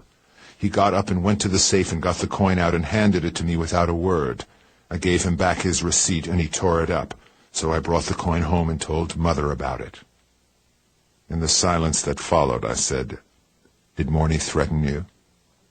He shook his head. He said he wanted his money and he needed it, and I had better get busy and dig it up, but he wasn't threatening. Where was this? At the Idle Valley Club in his private office. Was Eddie Prue there? Mrs. Murdoch said thickly, "Who is Eddie Prue?" "Morny's bodyguard," I said. I looked at her son waiting. He said, "No, I didn't see him." I said, "That seems to take care of that, then." Mrs. Murdoch said heavily, "Kiss your mother, son, and run along." He got up dutifully and went over and kissed her on the forehead. He went out of the room with his head down and quietly shut the door. I said to Merle, "I think you'd better have him dictate that to you just the way he told it and make a copy of it and get him to sign it." The old woman snarled, "She certainly won't do anything of the sort. Go back to your work, Merle." Merle went out softly. "I'm very fond of my son, Mr. Marlowe. This grieves me deeply. Do you think he'll have to tell this story to the police?" "Did he make it up himself, or did you think it up and teach it to him?" "Mr. Marlowe," she said in a deadly voice, "you are treading on very thin ice." "Aren't we all?" "All right, suppose it's true. Morny'll deny it and we'll be right back where we started. Morny'll have to deny it because otherwise it would tie him to a couple of murders. I found your daughter-in-law, Mrs. Murdoch. She's back where she started, singing with the band at the Idle Valley Club. She doesn't like you very well. I don't find it impossible to think that she took the coin all right, partly from spite, and I find it slightly less impossible to believe that Leslie knew it or found it out and cooked up that yarn to protect her. She smiled. Yes, she said gently. Yes, poor Leslie. He would do just that. And in that case... She stopped and her smile widened until it was almost ecstatic. In that case, my dear daughter-in-law may be involved in murder. And you just love that, I said. I don't like your tone. I don't like your tone at all. I don't blame you, I said. I don't like it myself. I don't like this house, or you, or the air of repression in the joint, or the squeezed-down face of a little girl, or that twerp of a son you have, or this case, or the truth I'm not told about it, and the lies I am told about, and... She started yelling then, noise out of a splotched, furious face, eyes tossing with fury, sharp with hate. Get out! Get out of this house at once!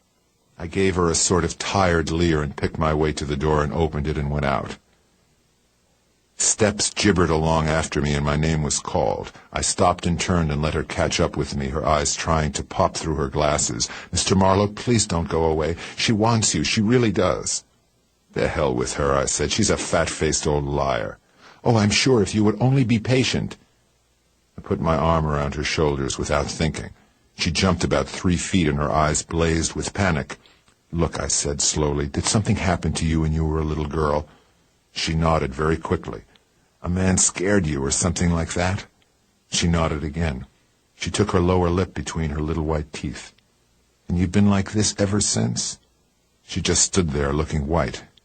Look, I said, if I touched you, it was just like touching a chair or a door. It didn't mean anything. Is that clear? Yes. She got a word out at last. Well, that takes care of me. Now, why don't you get over it? Is he still around, this other one that hurt you? She put her hand to her mouth and gnawed the fleshy part at the base of the thumb, looking at me over it, as if it were a balcony. He's dead, she said. He fell out of a window. Oh, that guy. I heard about him. Forget it, can't you? No, she said, I can't. I can't seem to forget it at all. Mrs. Murdoch is always telling me to forget it, but I just can't. I was his secretary. She was his wife. He was her first husband. Look, I said, is there someone you meet that has that effect on you? Some one person more than another? Why do I have to tell you? She breathed. You don't. It's just how you feel about it. She opened her mouth and put a funny little confiding smile on her face, and then it went wrong. Her throat froze up. She turned and ran. I heard her steps going along the hall. I heard a door close. I went after her along the hall and reached the door. She was sobbing behind it. There was nothing I could do about it. I went back to the glass porch and knocked on the door and opened it and put my head in. Mrs. Murdoch sat just as I had left her. Who's scaring the life out of that little girl? I asked her. Get out of my house, she said between her fat lips. I let myself out of the house. I stood there listening to the sunshine burn the grass. Detective Lieutenant Jesse Breeze stretched his arms high in the air and yawned and said, "Couple of hours late, ain't you?" I said, "Yes, but I left a message for you that I would be." "Sit down." He had a small littered desk across one corner of the room. Spangler was sitting sideways at a smaller and much neater desk. Hench confessed. I said, "What did you use on him, a pickaxe?" "We used a wop on him," Breeze said. "A wop named Palermo. Was like this. Hench was drunk. He was drunk deep inside, not just on the surface. He got to the point where liquor wasn't making him drunk, it was keeping him sober. When a guy gets like that and you take his liquor away and don't give him any to hold him down, he's a lost cuckoo." "I thought you were sure Hench was innocent." Breeze nodded vaguely. "That was last night. Anyway, in the night, bang, Hench is bugs. So they drag him over to the hospital ward and shoot him up full of hop. Well, this AM, he's fine. Hop still working. The guy is pale but peaceful. We go see him. After a while, he opens his trap just enough to say Palermo. Palermo's the name of the wop across the street that owns the funeral home and the apartment house and stuff. So we come back here and phone Palermo. We talk like this. Hench wants to see you, Mr. Palermo. He wanna see me? That's fine. I see him alone, without any coppers. I say, okay, Mr. Palermo, and we go over to the hospital ward, and Palermo talks to Hench, and nobody listens. After a while, Palermo comes out and he says, okay, copper. He make the confess. I pay the lawyer, maybe. I like the poor guy, just like that. He goes away, so we go in with a steno, and Hench gives us the dope. Phillips made a pass at Hench's girl. That was day before yesterday out in the hall. Yesterday afternoon, he sees Phillips go into his apartment. Hench knocks on Phillips' door, and Phillips opens it. Hench goes in and tells Phillips how he feels and what he's going to do, and Phillips is scared and pulls a gun. Hench hits him with a sap. Phillips falls down, and Hench ain't satisfied. Hench picks the gun off the floor, and he's very drunk there, being dissatisfied, and Phillips grabs for his ankle. Hench doesn't know why he did what he did then. He's all fuzzy in the head. He drags Phillips into the bathroom and gives him the business with his own gun. You like it? I love it, I said, but what's the satisfaction in it for Hench?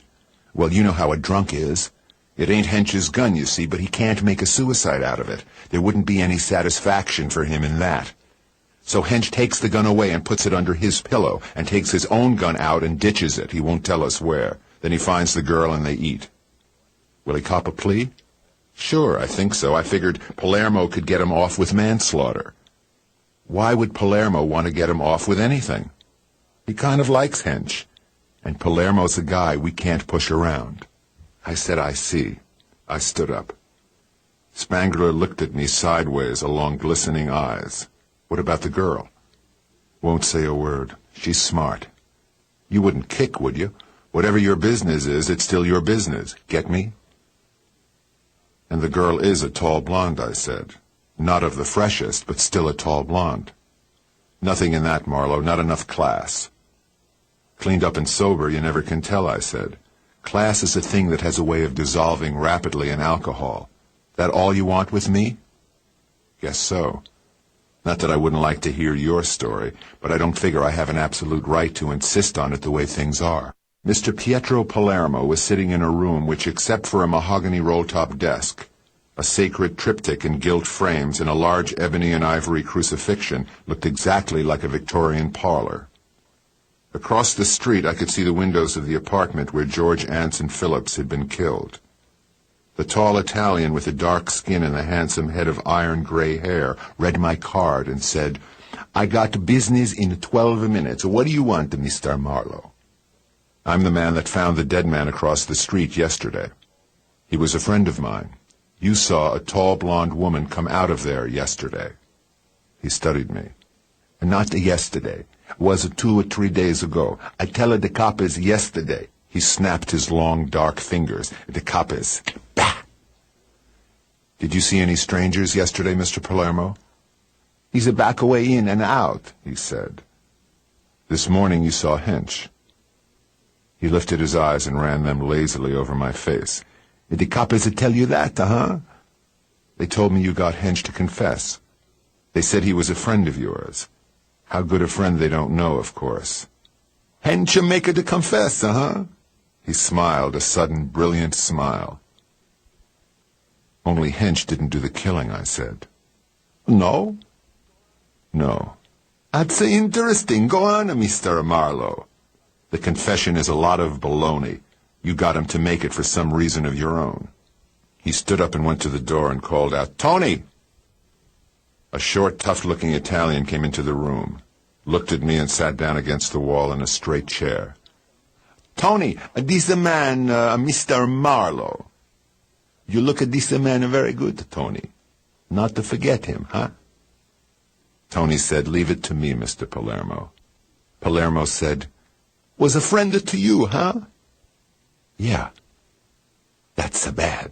I tell you something. A man's friend is a man's friend, so I tell you. But you don't tell nobody else. Not the damn coppers, huh?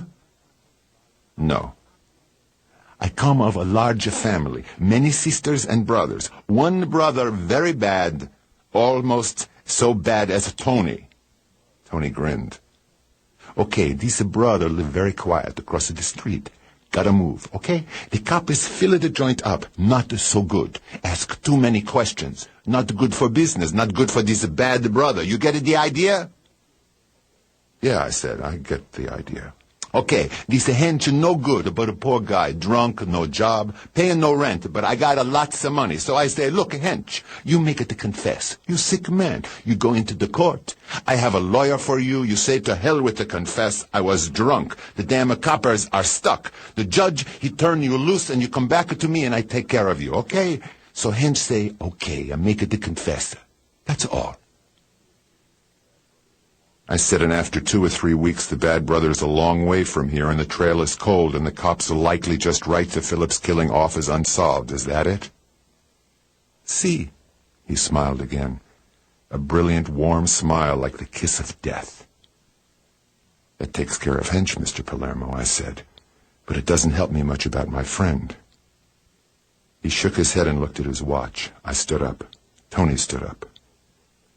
If I went down to headquarters and told the boys everything you've told me, they'd laugh in my face, and I'd be laughing with them. Tony don't laugh much, Palermo said. The earth is full of people who don't laugh much, Mr. Palermo, I said. You ought to know. You put a lot of them where they are. It's my business, he said, shrugging enormously. In the lobby of the Belfont building, in the single elevator that had light in it, the same watery-eyed relic sat motionless, giving his imitation of the forgotten man. I got in with him and said 6. The elevator lurched into motion and pounded its way upstairs to the 6th floor. I went along the corridor reading the names. H.R. Teager Dental Laboratories. In the same relative position as the Morningstar office 2 floors above, but the rooms were cut up differently. Teager had only one door, and there was more wall space in between his door and the next one. The knob didn't turn. I knocked. There was no answer. I knocked harder with the same result. I went back to the elevator. It was still at the 6th floor. Know anything about H.R. Teager? I said. He thought. Heavy-set, oldish, sloppy clothes, dirty fingernails, like mine. Come to think, I didn't see him in today. Do you think the super would let me into his office to look around? Pretty nosy, the super is. I wouldn't recommend it. He turned his head very slowly and looked up the side of the car. Over his head on a big metal ring, a key was hanging. A pass key. Right now, I gotta go to the can. He went. When the door had closed behind him, I took the key off the cage wall and went back along to the office of H.R. Teager, unlocked it, and went in. Inside it, there was a square office with 2 curtained east windows and very dusty sills. The wire basket was full of junk. I almost wasted 10 minutes going through it rather carefully. At the end of that time, I knew what I was pretty sure of already, that H.R. Teager carried on a small business as a dental technician doing laboratory work for a number of dentists in unprosperous sections of the city. I did find one thing. Teager's home address at 1354B, Toberman Street, on the receipted part of a gas bill. I switched off the lamp and left. The elevator was downstairs again. I rang for it, and when it came up, I sidled in, hiding the key, and hung it up. The ring tinkled against the cage. Toberman Street, a wide, dusty street off Pico, number 1354B, was an upstairs flat in a yellow and white frame building. I kept on ringing the bell even after I was sure that nobody would answer it. The door of 1354A was pulled open, and a small, bright-eyed woman looked out at me. "You want Mrs. Teager?" she shrilled. "Mr. or Mrs." "They gone away last night on the vacation. They had me stop the milk in the paper." "Thanks. What kind of car do they drive?" The bright-eyed woman said, "You a friend of theirs?" "Never mind. All we want is our money." "Lots of ways to find out what car they were driving," I said, and went back to my car and drove on home to Hollywood. The office was empty. I unlocked my inner room and threw the windows up and sat down. The telephone rang. I answered it, and the voice said, "Mr. Marlowe? This is Mr. Shaw at the Bristol." "Yes, Mr. Shaw. How are you?" "I'm very well, thanks, Mr. Marlowe. I hope you are the same. There's a young lady here asking to be let into your apartment. Her name is Davis, Miss Merle Davis. She's, what shall I say, quite verging on the hysterical." "Let her in," I said rapidly. "I'll be there in 10 minutes. She's the secretary of a client. It's a business matter entirely. Quite. Shall I, remain with her? Whatever you think, I said, and hung up. As I turned the key in my door and opened it, Shaw was already standing up from the Davenport. The girl sat in my easy chair behind the chess table. "Ah, there you are, Mr. Marlowe," Shaw chirped. "I'll just run along now." He nodded and was gone.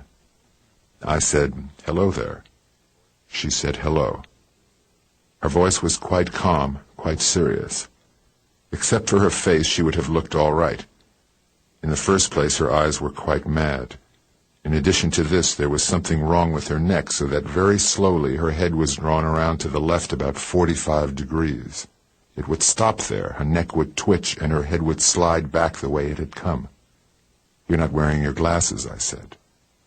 "Oh, I only wear them around the house and for reading. They're in my bag." "You're in the house now," I said. "You ought to be wearing them." I turned my body a little as I opened the bag. I fished the glass case out and slid it across the table. She put them on. That helped her appearance a lot, I thought. While she was doing this, I got the gun out of her bag and slid it into my hip pocket. I didn't think she saw me. It looked like the same Colt .35 automatic with a walnut grip that I had seen in the top right-hand drawer of her desk the day before. "I've been over to Mr. Vanier's house," she said. "Oh." "He lives in Sherman Oaks, at the end of Escamillo Drive." "How long have you known Mr. Vanier?" "I've known him 8 years. I haven't known him very well. I've had to take him a parcel now and then. He liked to have me bring it myself. I never liked him very well. I was afraid he would. But he didn't," I said. For the first time, her face got a human, natural expression. Surprise. "No," she said, "he didn't. That is, he didn't really, but he had his pajamas on." "Taking it easy," I said, "lying around all afternoon with his pajamas on. Well, some guys have all the luck, don't they?" "Well, you have to know something," she said seriously, "something that makes people pay you money." "How much were you taking him today?" "Only $500. Mrs. Murdoch said that was all she could spare, and she couldn't really spare that. She said it would have to stop. Mr. Vanier would always promise to stop, but he never did. So there was only one thing to do. It was all my fault, and Mrs. Murdoch had been so wonderful to me. It couldn't make me any worse than I was already, could it? So I did it," she said. "He was there in his pajamas with a glass beside him. He was leering at me. He didn't even get up to let me in, but there was a key in the front door. Someone had left a key there. There wasn't anything to it, really. I don't even remember hearing the noise. But there must have been a noise, of course. Quite a loud noise." "I suppose so," I said. "So I came here," she said. "I knew you would know what to do." "And what did you touch in the house while you were there?" I asked. "Oh, I remember one thing," she said. "I put the light out. Before I left, it was a lamp, one of these lamps that shine upwards with big bulbs." I nodded and smiled at her. "What time was this? How long ago?" "Oh, just before I came over here. I drove. I had Mrs. Murdoch's car." "Let's see," I said. "Half an hour to drive here, anyway. That would be about 5:30 when you left Mr. Vanier's house. Where is your home?" "Why?" "I live with Mrs. Murdoch. I mean your real home, where your folks are." "My parents live in Wichita," she said, "but I don't go there, ever. I write once in a while, but I haven't seen them for years. I hope they won't have to know. They didn't about the other time. Mrs. Murdoch kept it from everybody." "Maybe they won't have to know," I said. I went around the back of her chair to the kitchen and took the little gun off my hip and saw that the safety was on. I smelled the muzzle, broke out the magazine. There was a shell in the chamber, but it was one of those guns that won't fire when the magazine is out. I held it so that I could look into the breech. The shell in there was the wrong size and was crooked against the breech block. It looked like a .32. The shells in the magazine were the right size, 25s. I fitted the gun together again and went back to the living room. I hadn't heard a sound. She had just slid forward in a pile in front of the chair. She was as cold as a mackerel. I went to the phone and called Carl Moss. "Phil Marlowe, Doc. Any more patients, or are you through?" "All through," he said. "Leaving. Trouble?" "I'm home," I said. 408 Bristol Apartments, if you don't remember. I've got a girl here who's pulled a faint. I'm not afraid of the faint. I'm afraid she may be nuts when she comes out of it. I'm on my way. I hung up and knelt down beside her. I began to rub her temples. She opened her eyes. "Do you mind if I lift you up and put you on the Davenport?" I lifted her. She went stiff on me, but she didn't say anything. I put her on the Davenport and tucked her skirt down over her legs and put a pillow under her head. "Did you call the police?" she asked softly. "Not yet," I said. "I've been too busy." I opened her bag and turned my back to her to slip the gun back into it. I pulled open the zipper pocket at the back. That held her driver's license and a flat packet of bills. Tucked into the rubber band that held them was a folded paper. I took it out and opened it and read it. It was a common receipt form, and it would, when signed, acknowledge the receipt of $500. Payment on account. It didn't seem as if it would ever be signed now. I slipped money and receipt into my pocket. Dr. Karl Moss was a big burly man with a Hitler mustache, pop eyes, and the calmness of a glacier. He put his hat and bag in a chair and went over and stood looking down at the girl on the Davenport inscrutably. "I'm Dr. Moss," he said. He bent down and felt her pulse and then stood there watching her breathing. "Where does it hurt, miss?" "Davis," I said. "Miss Merle Davis." "Nothing hurts me," she said, staring up at him. I don't even know why I'm lying here like this.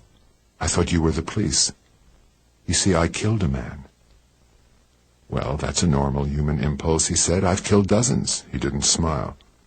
He patted her shoulder and walked out to the kitchen. I went after him. He leaned his hips against the sink and gave me a cool stare. "What's the story?" "She's the secretary of a client, a Mrs. Murdoch in Pasadena. About 8 years ago, a man made a hard pass at Merle. How hard, I don't know.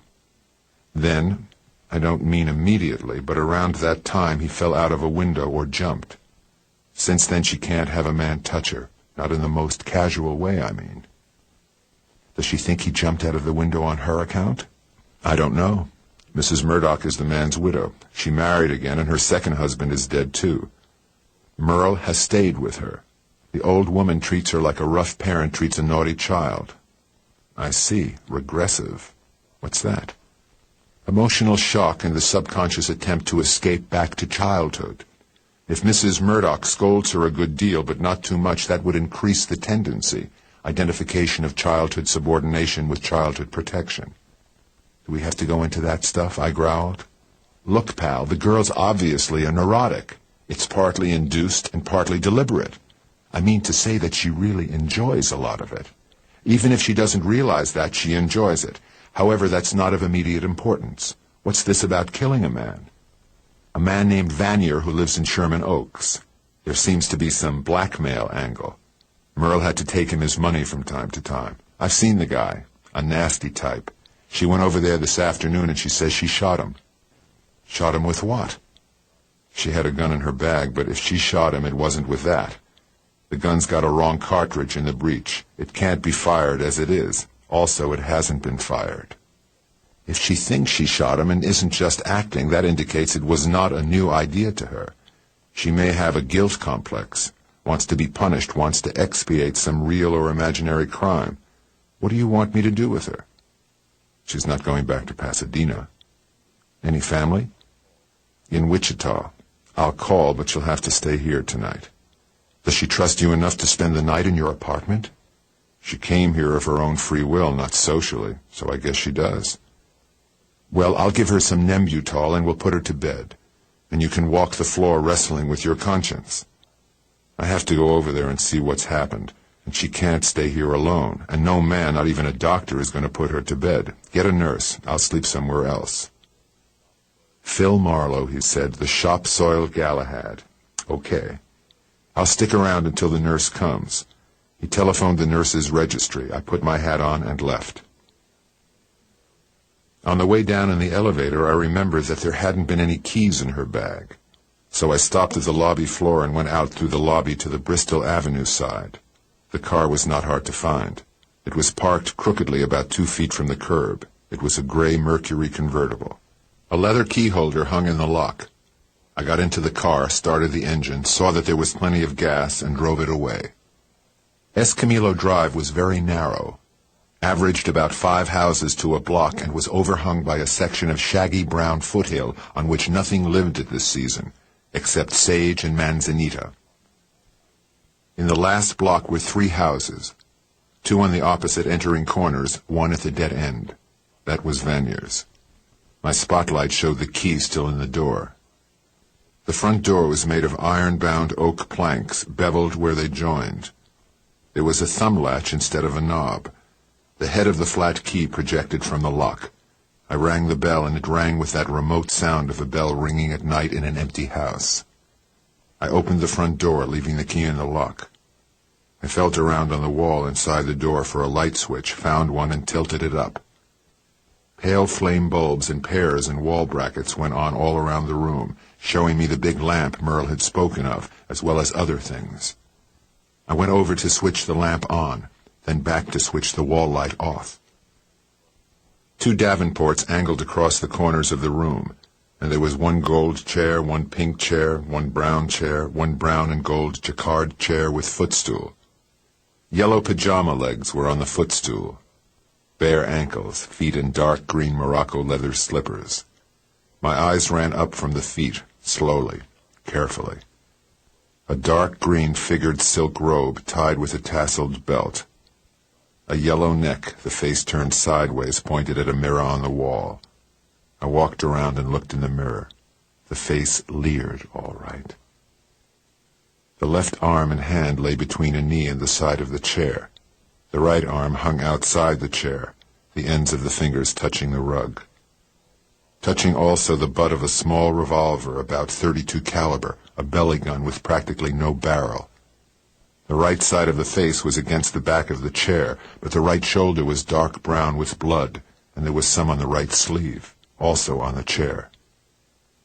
I didn't think his head had taken that position naturally. Some sensitive soul had not liked the right side of it. On the table at his right elbow was half of a dead drink, an ashtray full of butts and ash. 3 of the butts had lipstick on them, bright Chinese red lipstick, what a blonde would use. I poked through the rest of the house, putting lights on and off. The kitchen was small. There were a lot of bottles in the sink. I wandered back to the jacquard chair and set my teeth and grabbed enough of his hair to pull the head away from the chair back. The bullet had gone in at the temple. The setup could be for suicide, but people like Louis Vanier do not commit suicide. A blackmailer, even a scared blackmailer, has a sense of power and loves it. I let the head go back where it wanted to go and leaned down to scrub my hand on the nap of the rug. Leaning down, I saw the corner of a picture frame under the lower shelf of the table at Vanier's elbow. I went around and reached for it with a handkerchief. The glass was cracked across. It had fallen off the wall. I could make a guess how it had happened. Somebody standing at Vanier's right, even leaning over him, somebody he knew and had no fear of, had suddenly pulled the gun and shot him in the right temple. And then, startled by the blood or the recoil of the shot, the killer had jumped back against the wall and knocked the picture down. It had landed on a corner and jumped under the table, and the killer had been too careful to touch it, or too scared. I looked at it. It was a small picture, not interesting at all. A guy in doublet and hose with lace at his sleeve ends, and one of those round puffy velvet hats with a feather, leaning far out of a window and apparently calling out to somebody downstairs. Downstairs not being in the picture. It was a color reproduction of something that had never been needed in the first place. A man leaning out of a high window, a long time ago. The touch of the idea at first was so light that I almost missed it and passed on. A high window, a man leaning out, a long time ago. It snapped in place. It was so hot it sizzled. Out of a high window, a long time ago. 8 years ago, a man leaning, too far. A man falling, to his death. A man named Horace Bright. "Mr. Vanier," I said with a little touch of admiration, "you played that rather neatly." I turned the picture over. On the back, dates and amounts of money were written. dates over almost 8 years, amounts mostly of $500, a few 750s, two for $1,000. There was a running total in small figures. It was $11,000. Mr. Vanier had not received the latest payment.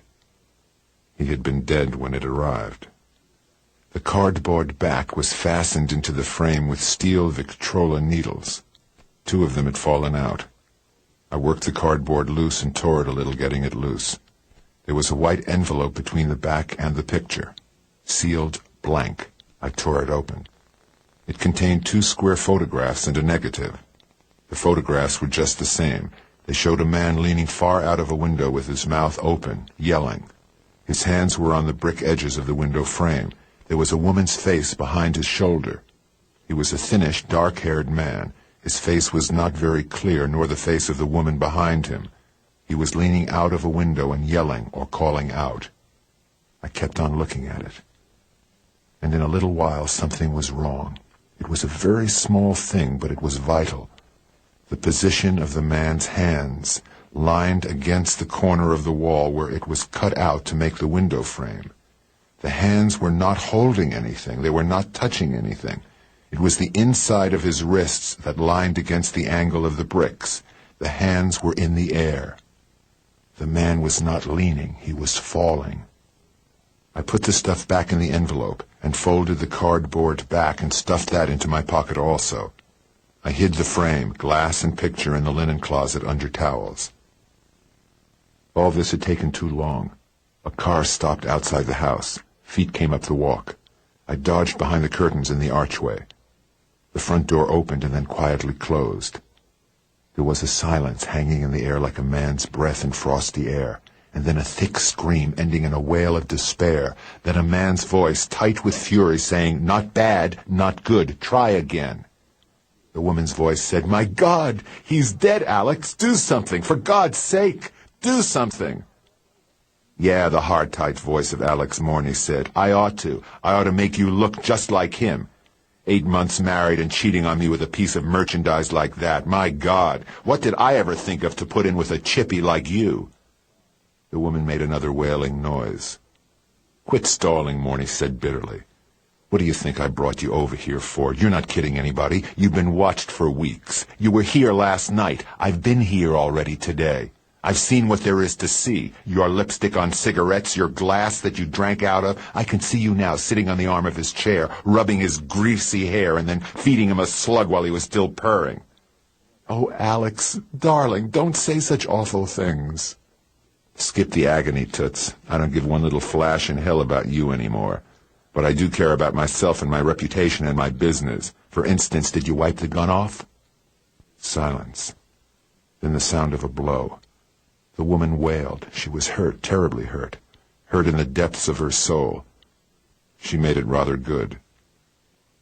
"Look, Angel," Morney snarled, "don't feed me the ham. You're going to tell me how this was done if I have to drag you around the room by your hair. Now, did you wipe off the gun?" Suddenly she laughed. Then she stopped laughing just as suddenly. Her voice said, "Yes." "And the glass you were using?" "Yes." "And you put his prints on the gun?" "Yes."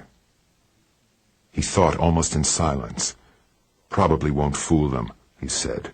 "It's almost impossible to get a dead man's prints on a gun in a convincing way. Show me how you did it, how you were standing, how you held the gun."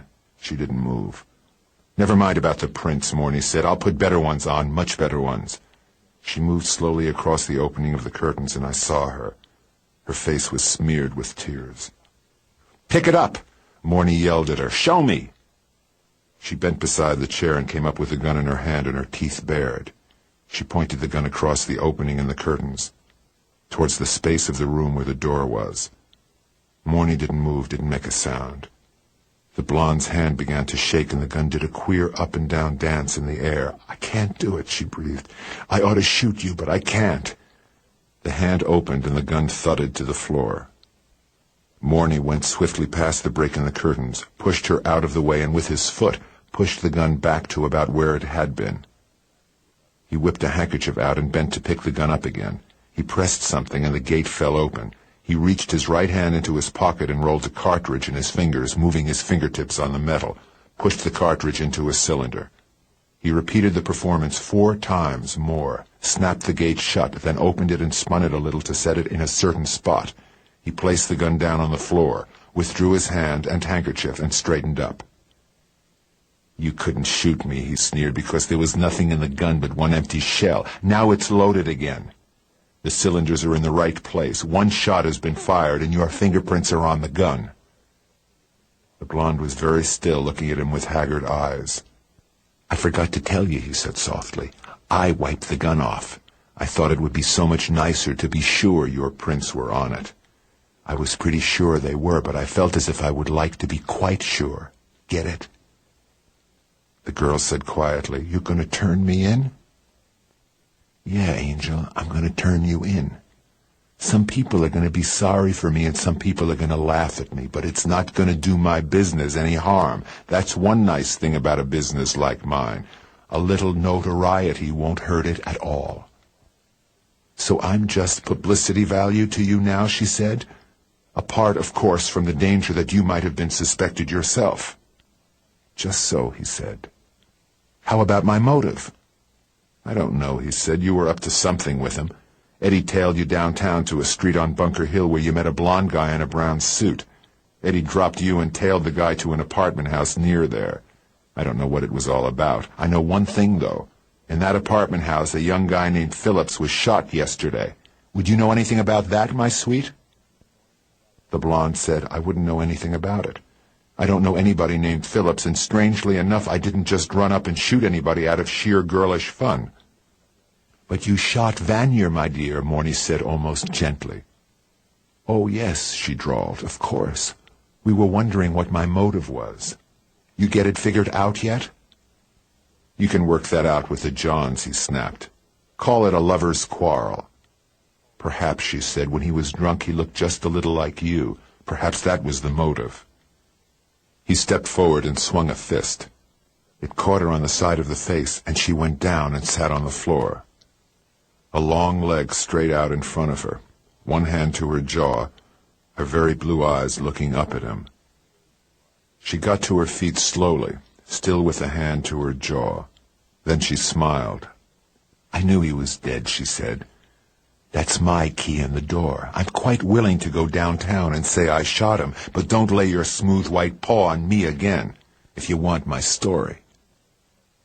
Morny turned, and I saw the hard white leer of his face and the scarred dimple in his cheek twitching. The front door opened again. The blonde stood still a moment, looked back over her shoulder at the corpse, shuddered slightly, and passed out of my line of vision. The door closed. Steps on the walk.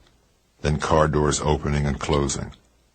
The motor throbbed and the car went away. After a long time, I went over and picked the gun up and wiped it off very carefully and put it down again. I picked the 3 rouge-stained cigarette stubs out of the tray on the table and carried them into the bathroom and flushed them down the toilet. Then the nasty part. I kneeled on the rug by his chair and picked up the gun and reached for the trailing, bone-stiff hand. The prints would not be good, but they would be prints, and they wouldn't be Lois Morney's. An index print on the right side of the barrel, 2 fingers on the trigger guard, a thumbprint on the flat piece on the left side behind the chambers. Good enough. I opened the front door, pulled the key out, and wiped it off and pushed it back into the lock. I shut the door and wiped the thumb latch off and went my way down the block to the Mercury. I drove back to Hollywood and locked the car up and started along the sidewalk past the other parked cars to the entrance of the Bristol. A harsh whisper spoke to me out of the darkness, out of a car. Eddie Prue's long, blank face hung somewhere up near the roof of a small Packard behind its wheel. "How you making out, Seamus?" I said, "Who dropped that dental supply company's bill you gave me last night? Vanier or somebody else?" "Vanier."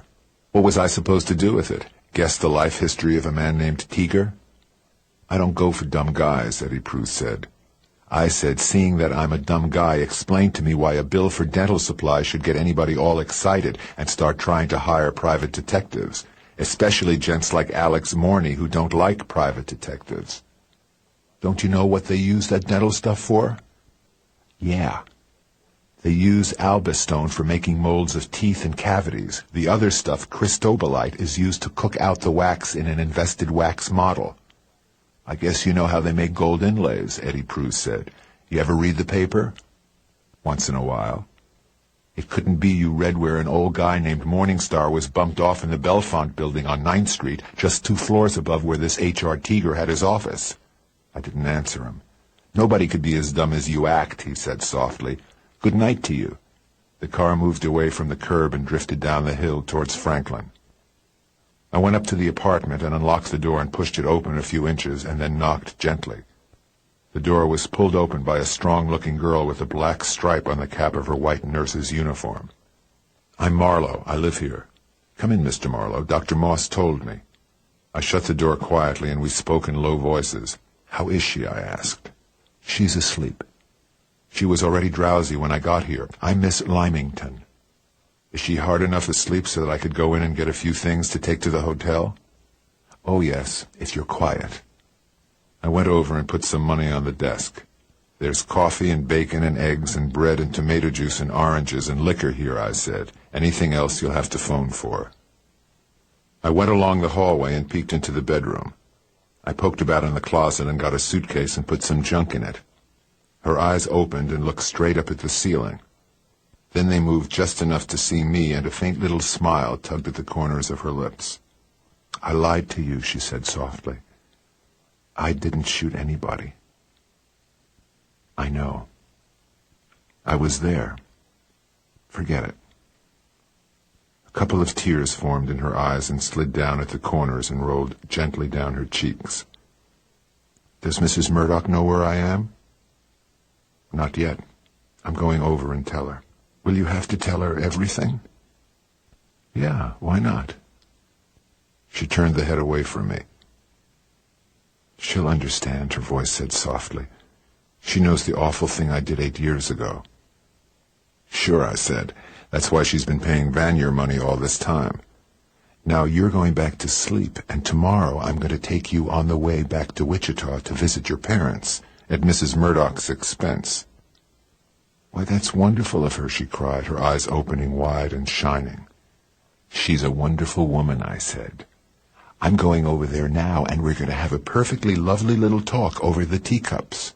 And if you don't go to sleep right now, I won't let you confess to any more murders. You're horrid, she said. I don't like you. She turned her head away and shut her eyes. I drove over to Santa Monica Boulevard. The hock shop was still open. The old Jew in the tall black skull cap seemed surprised that I was able to redeem my pledge so soon. I told him that was the way it was in Hollywood. The moonlight lay like a white sheet on the front lawn. A white-haired, red-faced woman I hadn't seen before opened the door, and I said, I'm Philip Marlowe. I'd like to see Mrs. Murdoch, Mrs. Elizabeth Murdoch. She looked doubtful. I think she's gone to bed, she said. It's about Miss Davis, I said. It's important. Could you tell her that? I'll see. I stepped back and let her shut the door. The door opened after a while, and the woman said, You can come in. I was shown into a big sitting room. Mrs. Murdoch was sitting in a padded wing chair with a card table in front of her. She was wearing a quilted robe, and her hair looked a little fluffed out. She was playing solitaire. Merle's at my apartment, I said. She threw an ing-bing. Without looking up, she said, And just what is an ing-bing, Mr. Marlowe? A case of the vapors, they used to call it, I said. I've got a doctor and a nurse. She's asleep. She was over to see Vanier. You sent Merle to Vanier's place this afternoon with $500. And if I did? She poured some of her port and sipped, eyeing me steadily over the glass. When did he ask for it? Yesterday. I couldn't get it out of the bank until today. What happened? Vanier's been blackmailing you for about 8 years, hasn't he? On account of something that happened on April 26, 1933? A sort of panic twitched in the depths of her eyes, but very far back, very dim, and somehow as though it had been there for a long time and had just peeped out at me for a second. Merle told me a few things, I said. Your son told me how his father died. I looked up the records and the papers. Accidental death. There had been an accident in the street under his office, and a lot of people were craning out of windows. He just craned out too far. There was some talk of suicide because he was broke and had $50,000 life insurance for his family. But the coroner was nice and slid past that. Merle was Horace Bright's secretary. A queer little girl in a way. Over-timid, not sophisticated, a little girl mentality. Likes to dramatize herself, very old-fashioned ideas about men, all that sort of thing. I figure he got high one time and made a pass at her and scared her out of her socks. Yes? Another cold, hard monosyllable prodding me like a gun barrel. She brooded and got a little murderous inside. She got a chance and passed right back at him while he was leaning out of a window. Anything in it? Speak plainly, Mr. Marlowe. I can stand plain talk. Good grief, how plain do you want it? She pushed her employer out of a window, murdered him in 2 words, and got away with it with your help. She nodded. Her chin moved a short inch, down, up. Did Vanier have any evidence, I asked? Or did he just happen to see what happened, and put the bite on you and you paid him a little now and then to avoid scandal, and because you were really very fond of Merle? He talked about a photograph, she said, but I never believed it. He couldn't have taken one, and if he had taken one, he would have shown it to me, sooner or later. I said, no, I don't think so. It would have been a very fluky shot even if he happened to have the camera in his hand, on account of the doings down below in the street. But I can see he might not have dared to show it. How much have you paid him? That's none, she started to say, then stopped and shrugged her big shoulders. $11,100, not counting the $500 I sent this afternoon. Ah, it was pretty darn nice of you, Mrs. Murdoch, considering everything. It was my husband's fault, she said. He was drunk, vile. I don't think he really hurt her, but as you say, he frightened her out of her wits. I can't blame her too much. She's blamed herself enough all these years. She had to take the money to Vanier in person? That was her idea of penance. A strange penance. I nodded. I guess that would be in character. Later you married Jasper Murdoch, and you kept Merle with you and took care of her. Anybody else know? Nobody, only Vanier. Surely he wouldn't tell anybody. Well, it's all over now. Vanier is through. She lifted her eyes slowly and gave me a long, level gaze. I said Merle came to my apartment. She told me she'd shot Vanier. Her breath was a faint, swift whisper in the stillness of the room. She had a gun in her bag, God knows why. Some idea of protecting herself against men, I suppose. But somebody, Leslie I should guess, had fixed it to be harmless by jamming a wrong-sized cartridge into the breech. She told me she'd killed Vanier and fainted. I went over to Vanier's house. There was a key in the door. He was dead in a chair, long dead, cold, stiff. Dead long before Merle went there. She didn't shoot him. Her telling me was just drama. She's in bed in my apartment. I phoned Merle's father long distance. He wants her to come home. That all right with you? She just stared. I thought I'd take her. It seems to be my responsibility now. I'll need that last $500 that Vanier didn't get for expenses. Who killed Vanier? Looks like he committed suicide. A gun at his right hand. Temple contact wound. Morny and his wife were there while I was. I hid. Morny's trying to pin it on his wife. She was playing games with Vanier. So she probably thinks he did it or had it done. But it shapes up like suicide. The cops will be there by now. I don't know what they'll make of it. We just have to sit tight and wait it out. Men like Vanier, she said grimly, don't commit suicide. That's like saying girls like Merle don't push people out of windows. It doesn't mean anything. We stared at each other with that inner hostility that had been there from the first. There was one thing I wanted to ask you, I said.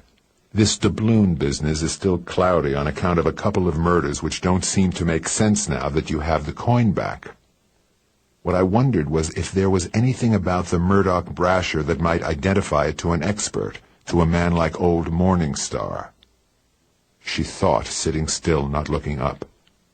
Yes, there might be. The coinmaker's initials, EB, are on the left wing of the eagle. Usually, I'm told, they're on the right wing. That's the only thing I can think of. I said I think that might be enough. You did actually get the coin back, didn't you? I mean, that wasn't just something said to stop my ferreting around. It's in the strong room at this moment. If you can find my son, he'll show it to you. Well, I'll say good night. Please have Merle's clothes packed and sent to my apartment in the morning. You don't need Merle anymore, now that Vanier's dead. Our eyes locked hard and held locked for a long moment. A queer, stiff smile moved the corners of her lips. I went across the room and out, down the stairs and out into the cheerless, stuffy, unused living room that made me feel like an embalmed corpse just to be in it. The French doors at the back opened, and Leslie Murdoch stepped in and stopped, staring at me. His slack suit was rumpled and also his hair. "Good evening," he said stiffly. "Leaving?" "Not quite yet. I want to talk to you." "I don't think we have anything to talk about." "Oh, yes, we have. A man named Vanier." "Vanier? I hardly know the man. I've seen him around. What I know, I don't like." "You know him a little better than that," I said. "All right," he said wearily. "Get on with it. I have a feeling you're going to be very brilliant. Remorseless flow of logic and intuition and all that rot, just like a detective in a book." I sat down near him and got a cigarette out. "That's right. We ought to play it together sometime. You got a gun?" "Not with me. I have one. You know that." "Have it with you last night when you called on Vanier?" He shrugged and bared his teeth. "Oh, did I call on Vanier last night?" "I think so."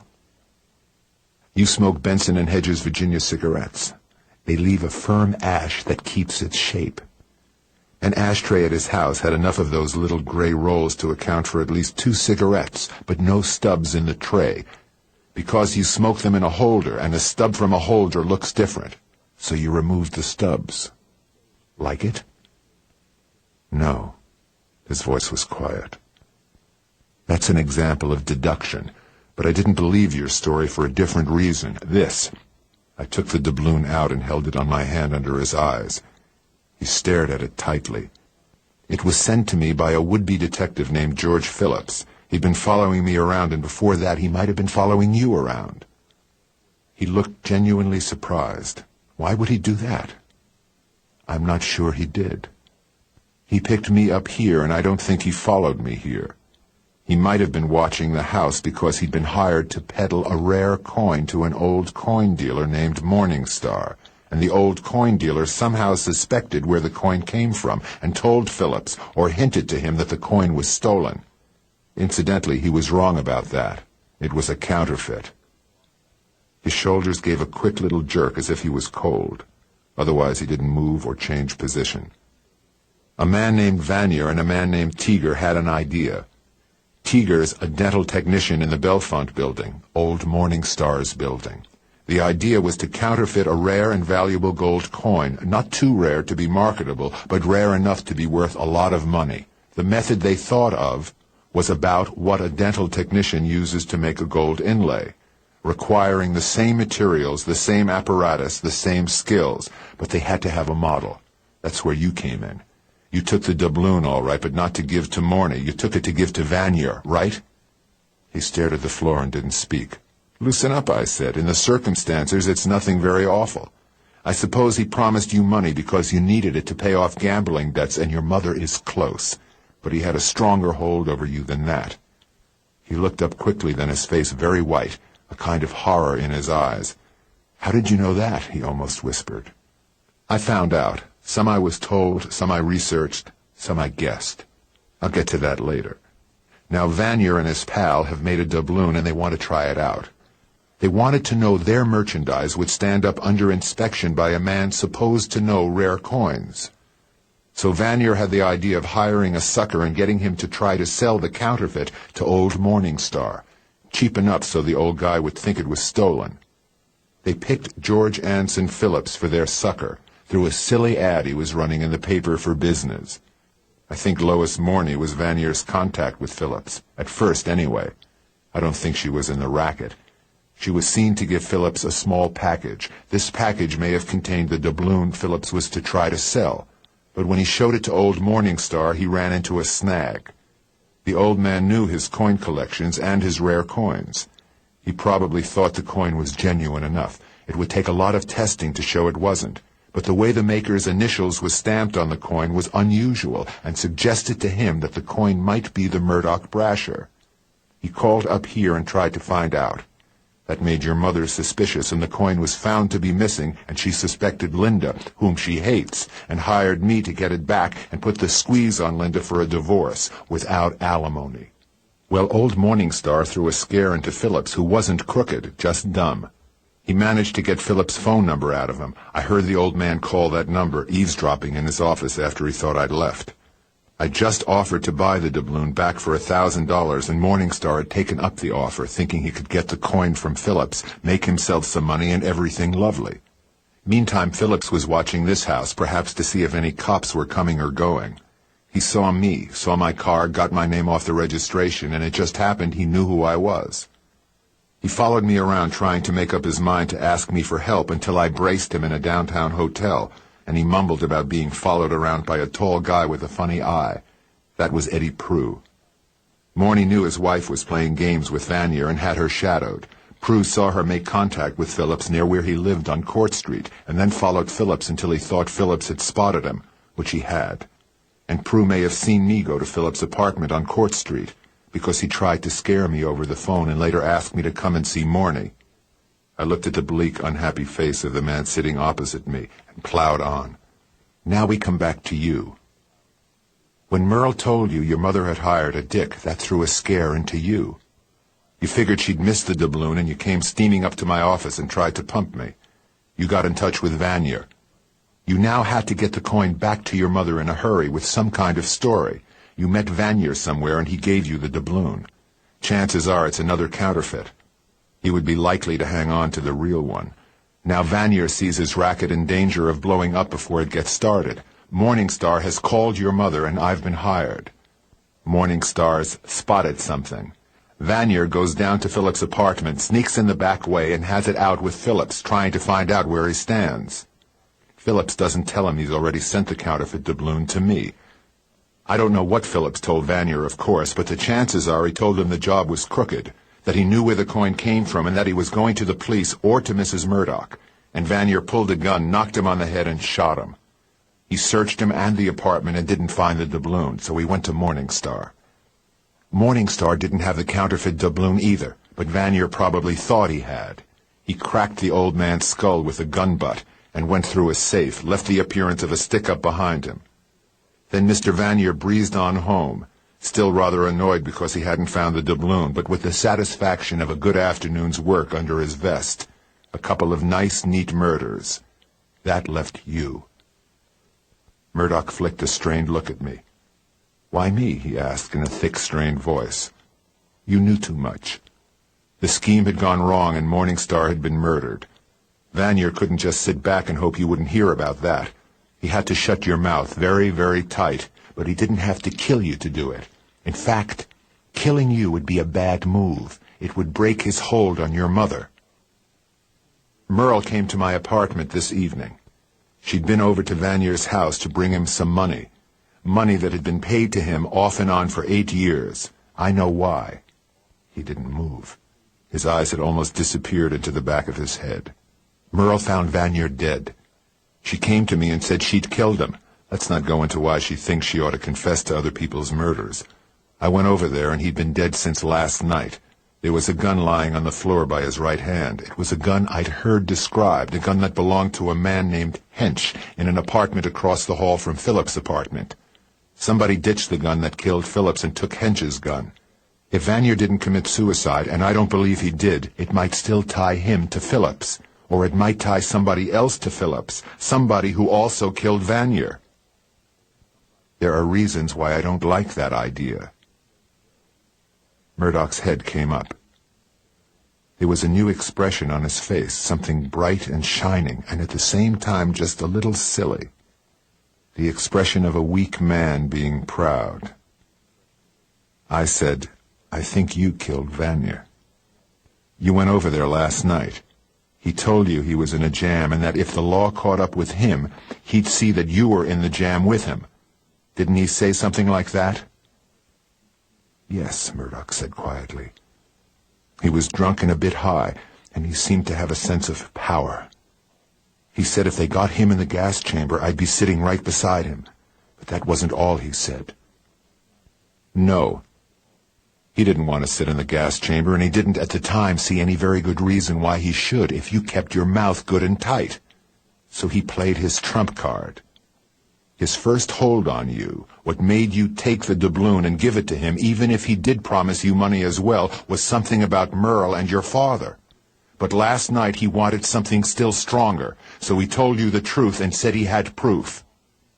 He shivered, but the light, clear, proud look managed to stay on his face. I pulled a gun on him, he said, almost in a happy voice. After all, she is my mother. Nobody can take that away from you. He stood up very straight, very tall. I went over to the chair he sat in and reached down and put the gun against his face. He had a gun in the pocket of his robe. He tried to get it, but he didn't get it in time. I took it away from him. I put my gun back in my pocket. I put the muzzle of the other gun against the side of his head and told him I'd kill him if he didn't produce his proof and give it to me. He began to sweat and babble that he was just kidding me.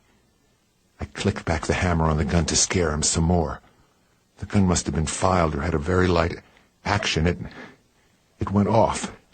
I jumped back against the wall and knocked a picture down.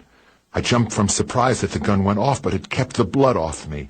I wiped the gun off and put his fingers around it and then put it down on the floor close to his hand. He was dead at once. It was an accident. Why spoil it? I half sneered. Why not make it a nice, clean, honest murder? That's what happened. I can't prove it, of course, but I think I might have killed him anyway. What about the police? I stood up and shrugged my shoulders. I don't know about the police, I said. They and I are not very good friends on account of they think I'm holding out on them. And God knows they're right. If they find out about the doubloon and that it was the Murdoch Brasher, I don't know where you stand. It all depends on how well you stand up to them. Except for Mother's sake, he said, I don't very much care. I've always been a flop. And on the other hand, I said, if the gun has a very light action, then you get a good lawyer and tell an honest story and so on, no jury will convict you. Juries don't like blackmailers. Well, I guess I'll just be running along now, I said. You mean you're going to let me get away with it? His voice was getting a little suspicious again. I'm not going to turn you in if that's what you mean. Beyond that, I guarantee nothing. If I'm involved in it, I'll have to face up to the situation. There's no question of morality involved. I'm not a cop, nor a common informer, nor an officer of the court. You say it was an accident. Okay, it was an accident. I wasn't a witness. I haven't any proof either way. I've been working for your mother, and whatever right to my silence that gives her, she can have. I don't like her. I don't like you. I don't like this house. I didn't particularly like your wife. But I like Merle. She's kind of silly and morbid, but she's kind of sweet, too. And I know what's been done to her and this damn family for the past 8 years. And I know she didn't push anybody out of any window. Does that explain matters? He nodded dumbly. I turned my back on him and went to the door and out. I drove back to Hollywood, bought a pint of good liquor, checked in at the plaza, and sat at the side of the bed staring at my feet and lapping the whiskey out of the bottle. Just like any common bedroom drunk. It was 3 o'clock in the afternoon, and there were 5 pieces of luggage inside the apartment door, side by side on the carpet. I lit a cigarette and wandered over to the window, and after a while she came through the doorway from the bedroom part of the apartment and stood there looking at me with her eyes dark-ringed and a pale, composed little face without any makeup except on the lips. I've been a terrible nuisance, she said. I'm terribly sorry. Nonsense. I talked to your father and mother both. They're tickled to death. They They've only seen you twice in over 8 years, and they feel as if they'd almost lost you. It's very kind of Mrs. Murdoch to let me go. Last night you told me you killed Vanier, and then you told me you didn't. I know you didn't. Vanier was dead a long time before you got there. You went there to give him some money for Mrs. Murdoch. No, for me, she said. Although, of course, it was Mrs. Murdoch's money. I owe her more than I'll ever be able to repay. Of course, she doesn't give me much salary, but that would hardly. I said roughly, her not giving you much salary is a characteristic touch, and your owing her more than you can ever repay is more truth than poetry. Vanier committed suicide because he had got caught out in a crooked job. You got a severe nervous shock seeing his leering dead face in a mirror, and that shock merged into another one a long time ago, and you just dramatized it in your screwy little way. And you didn't push Horace Bright out of any window, I said. Her face jumped then, and turned startlingly pale. Her hand went to her mouth and stayed there, and her shocked eyes looked at me over it. I think maybe you think you killed Horace Bright. You had a motive and an opportunity, and just for a second I think you might have had the impulse to take advantage of the opportunity. But it wouldn't be in your nature. At the last minute you'd hold back. But at that last minute probably something snapped and you pulled a feint. He did actually fall, of course, but you were not the one that pushed him. You were made to think you'd pushed him, I said. It was done with care, deliberation, and the sort of quiet ruthlessness you only find in a certain kind of woman dealing with another woman. You were just a scapegoat to her. It's utterly impossible, she said quietly. Mrs. Murdoch has been wonderful to me always. I got out the white envelope that had been in the back of Vanier's picture. 2 prints in it and a negative. I stood in front of her and put a print on her lap. Okay, look at it. Vanier took it from across the street. Why, that's Mr. Bright, she said. It's not a very good picture, is it? And that's Mrs. Murdoch. Mrs. Bright she was then, right behind him. Mr. Bright looks mad. If he looks mad there, I said, you ought to have seen him a few seconds later when he bounced. That's a snapshot of Mrs. Elizabeth Bright Murdoch giving her first husband the heave out of his office window. He's falling. He's screaming with fear. She's behind him and her face is hard with rage or something. This is what Vanier has had for proof all these years. The Murdochs never saw it, never really believed it existed. I found it last night by a fluke of the same sort that was involved in the taking of the picture, which is a fair sort of justice. Do you begin to understand? She looked at the photo again and laid it aside. Mrs. Murdoch has always been lovely to me, she said. She made you the goat, I said, in the quietly strained voice of a stage manager at a bad rehearsal. She's a smart, tough, patient woman. She knows her complexes. I hand it to her. I'd like to hand it to her with an elephant gun, but my polite breeding restrains me. Well, she said, that's that. And I could see she had heard 1 word in 3 and hadn't believed what she'd heard. I got up and took the photo out of her hand and tore it into small pieces and dropped them in the wastebasket. Maybe you'll be sorry I did that, I told her, not telling her I had another and the negative. Maybe some night, 3 months, 3 years from now, you'll wake up in the night and realize I've been telling you the truth. And maybe then you'll wish you could look at the photograph again. And maybe I'm wrong about this too.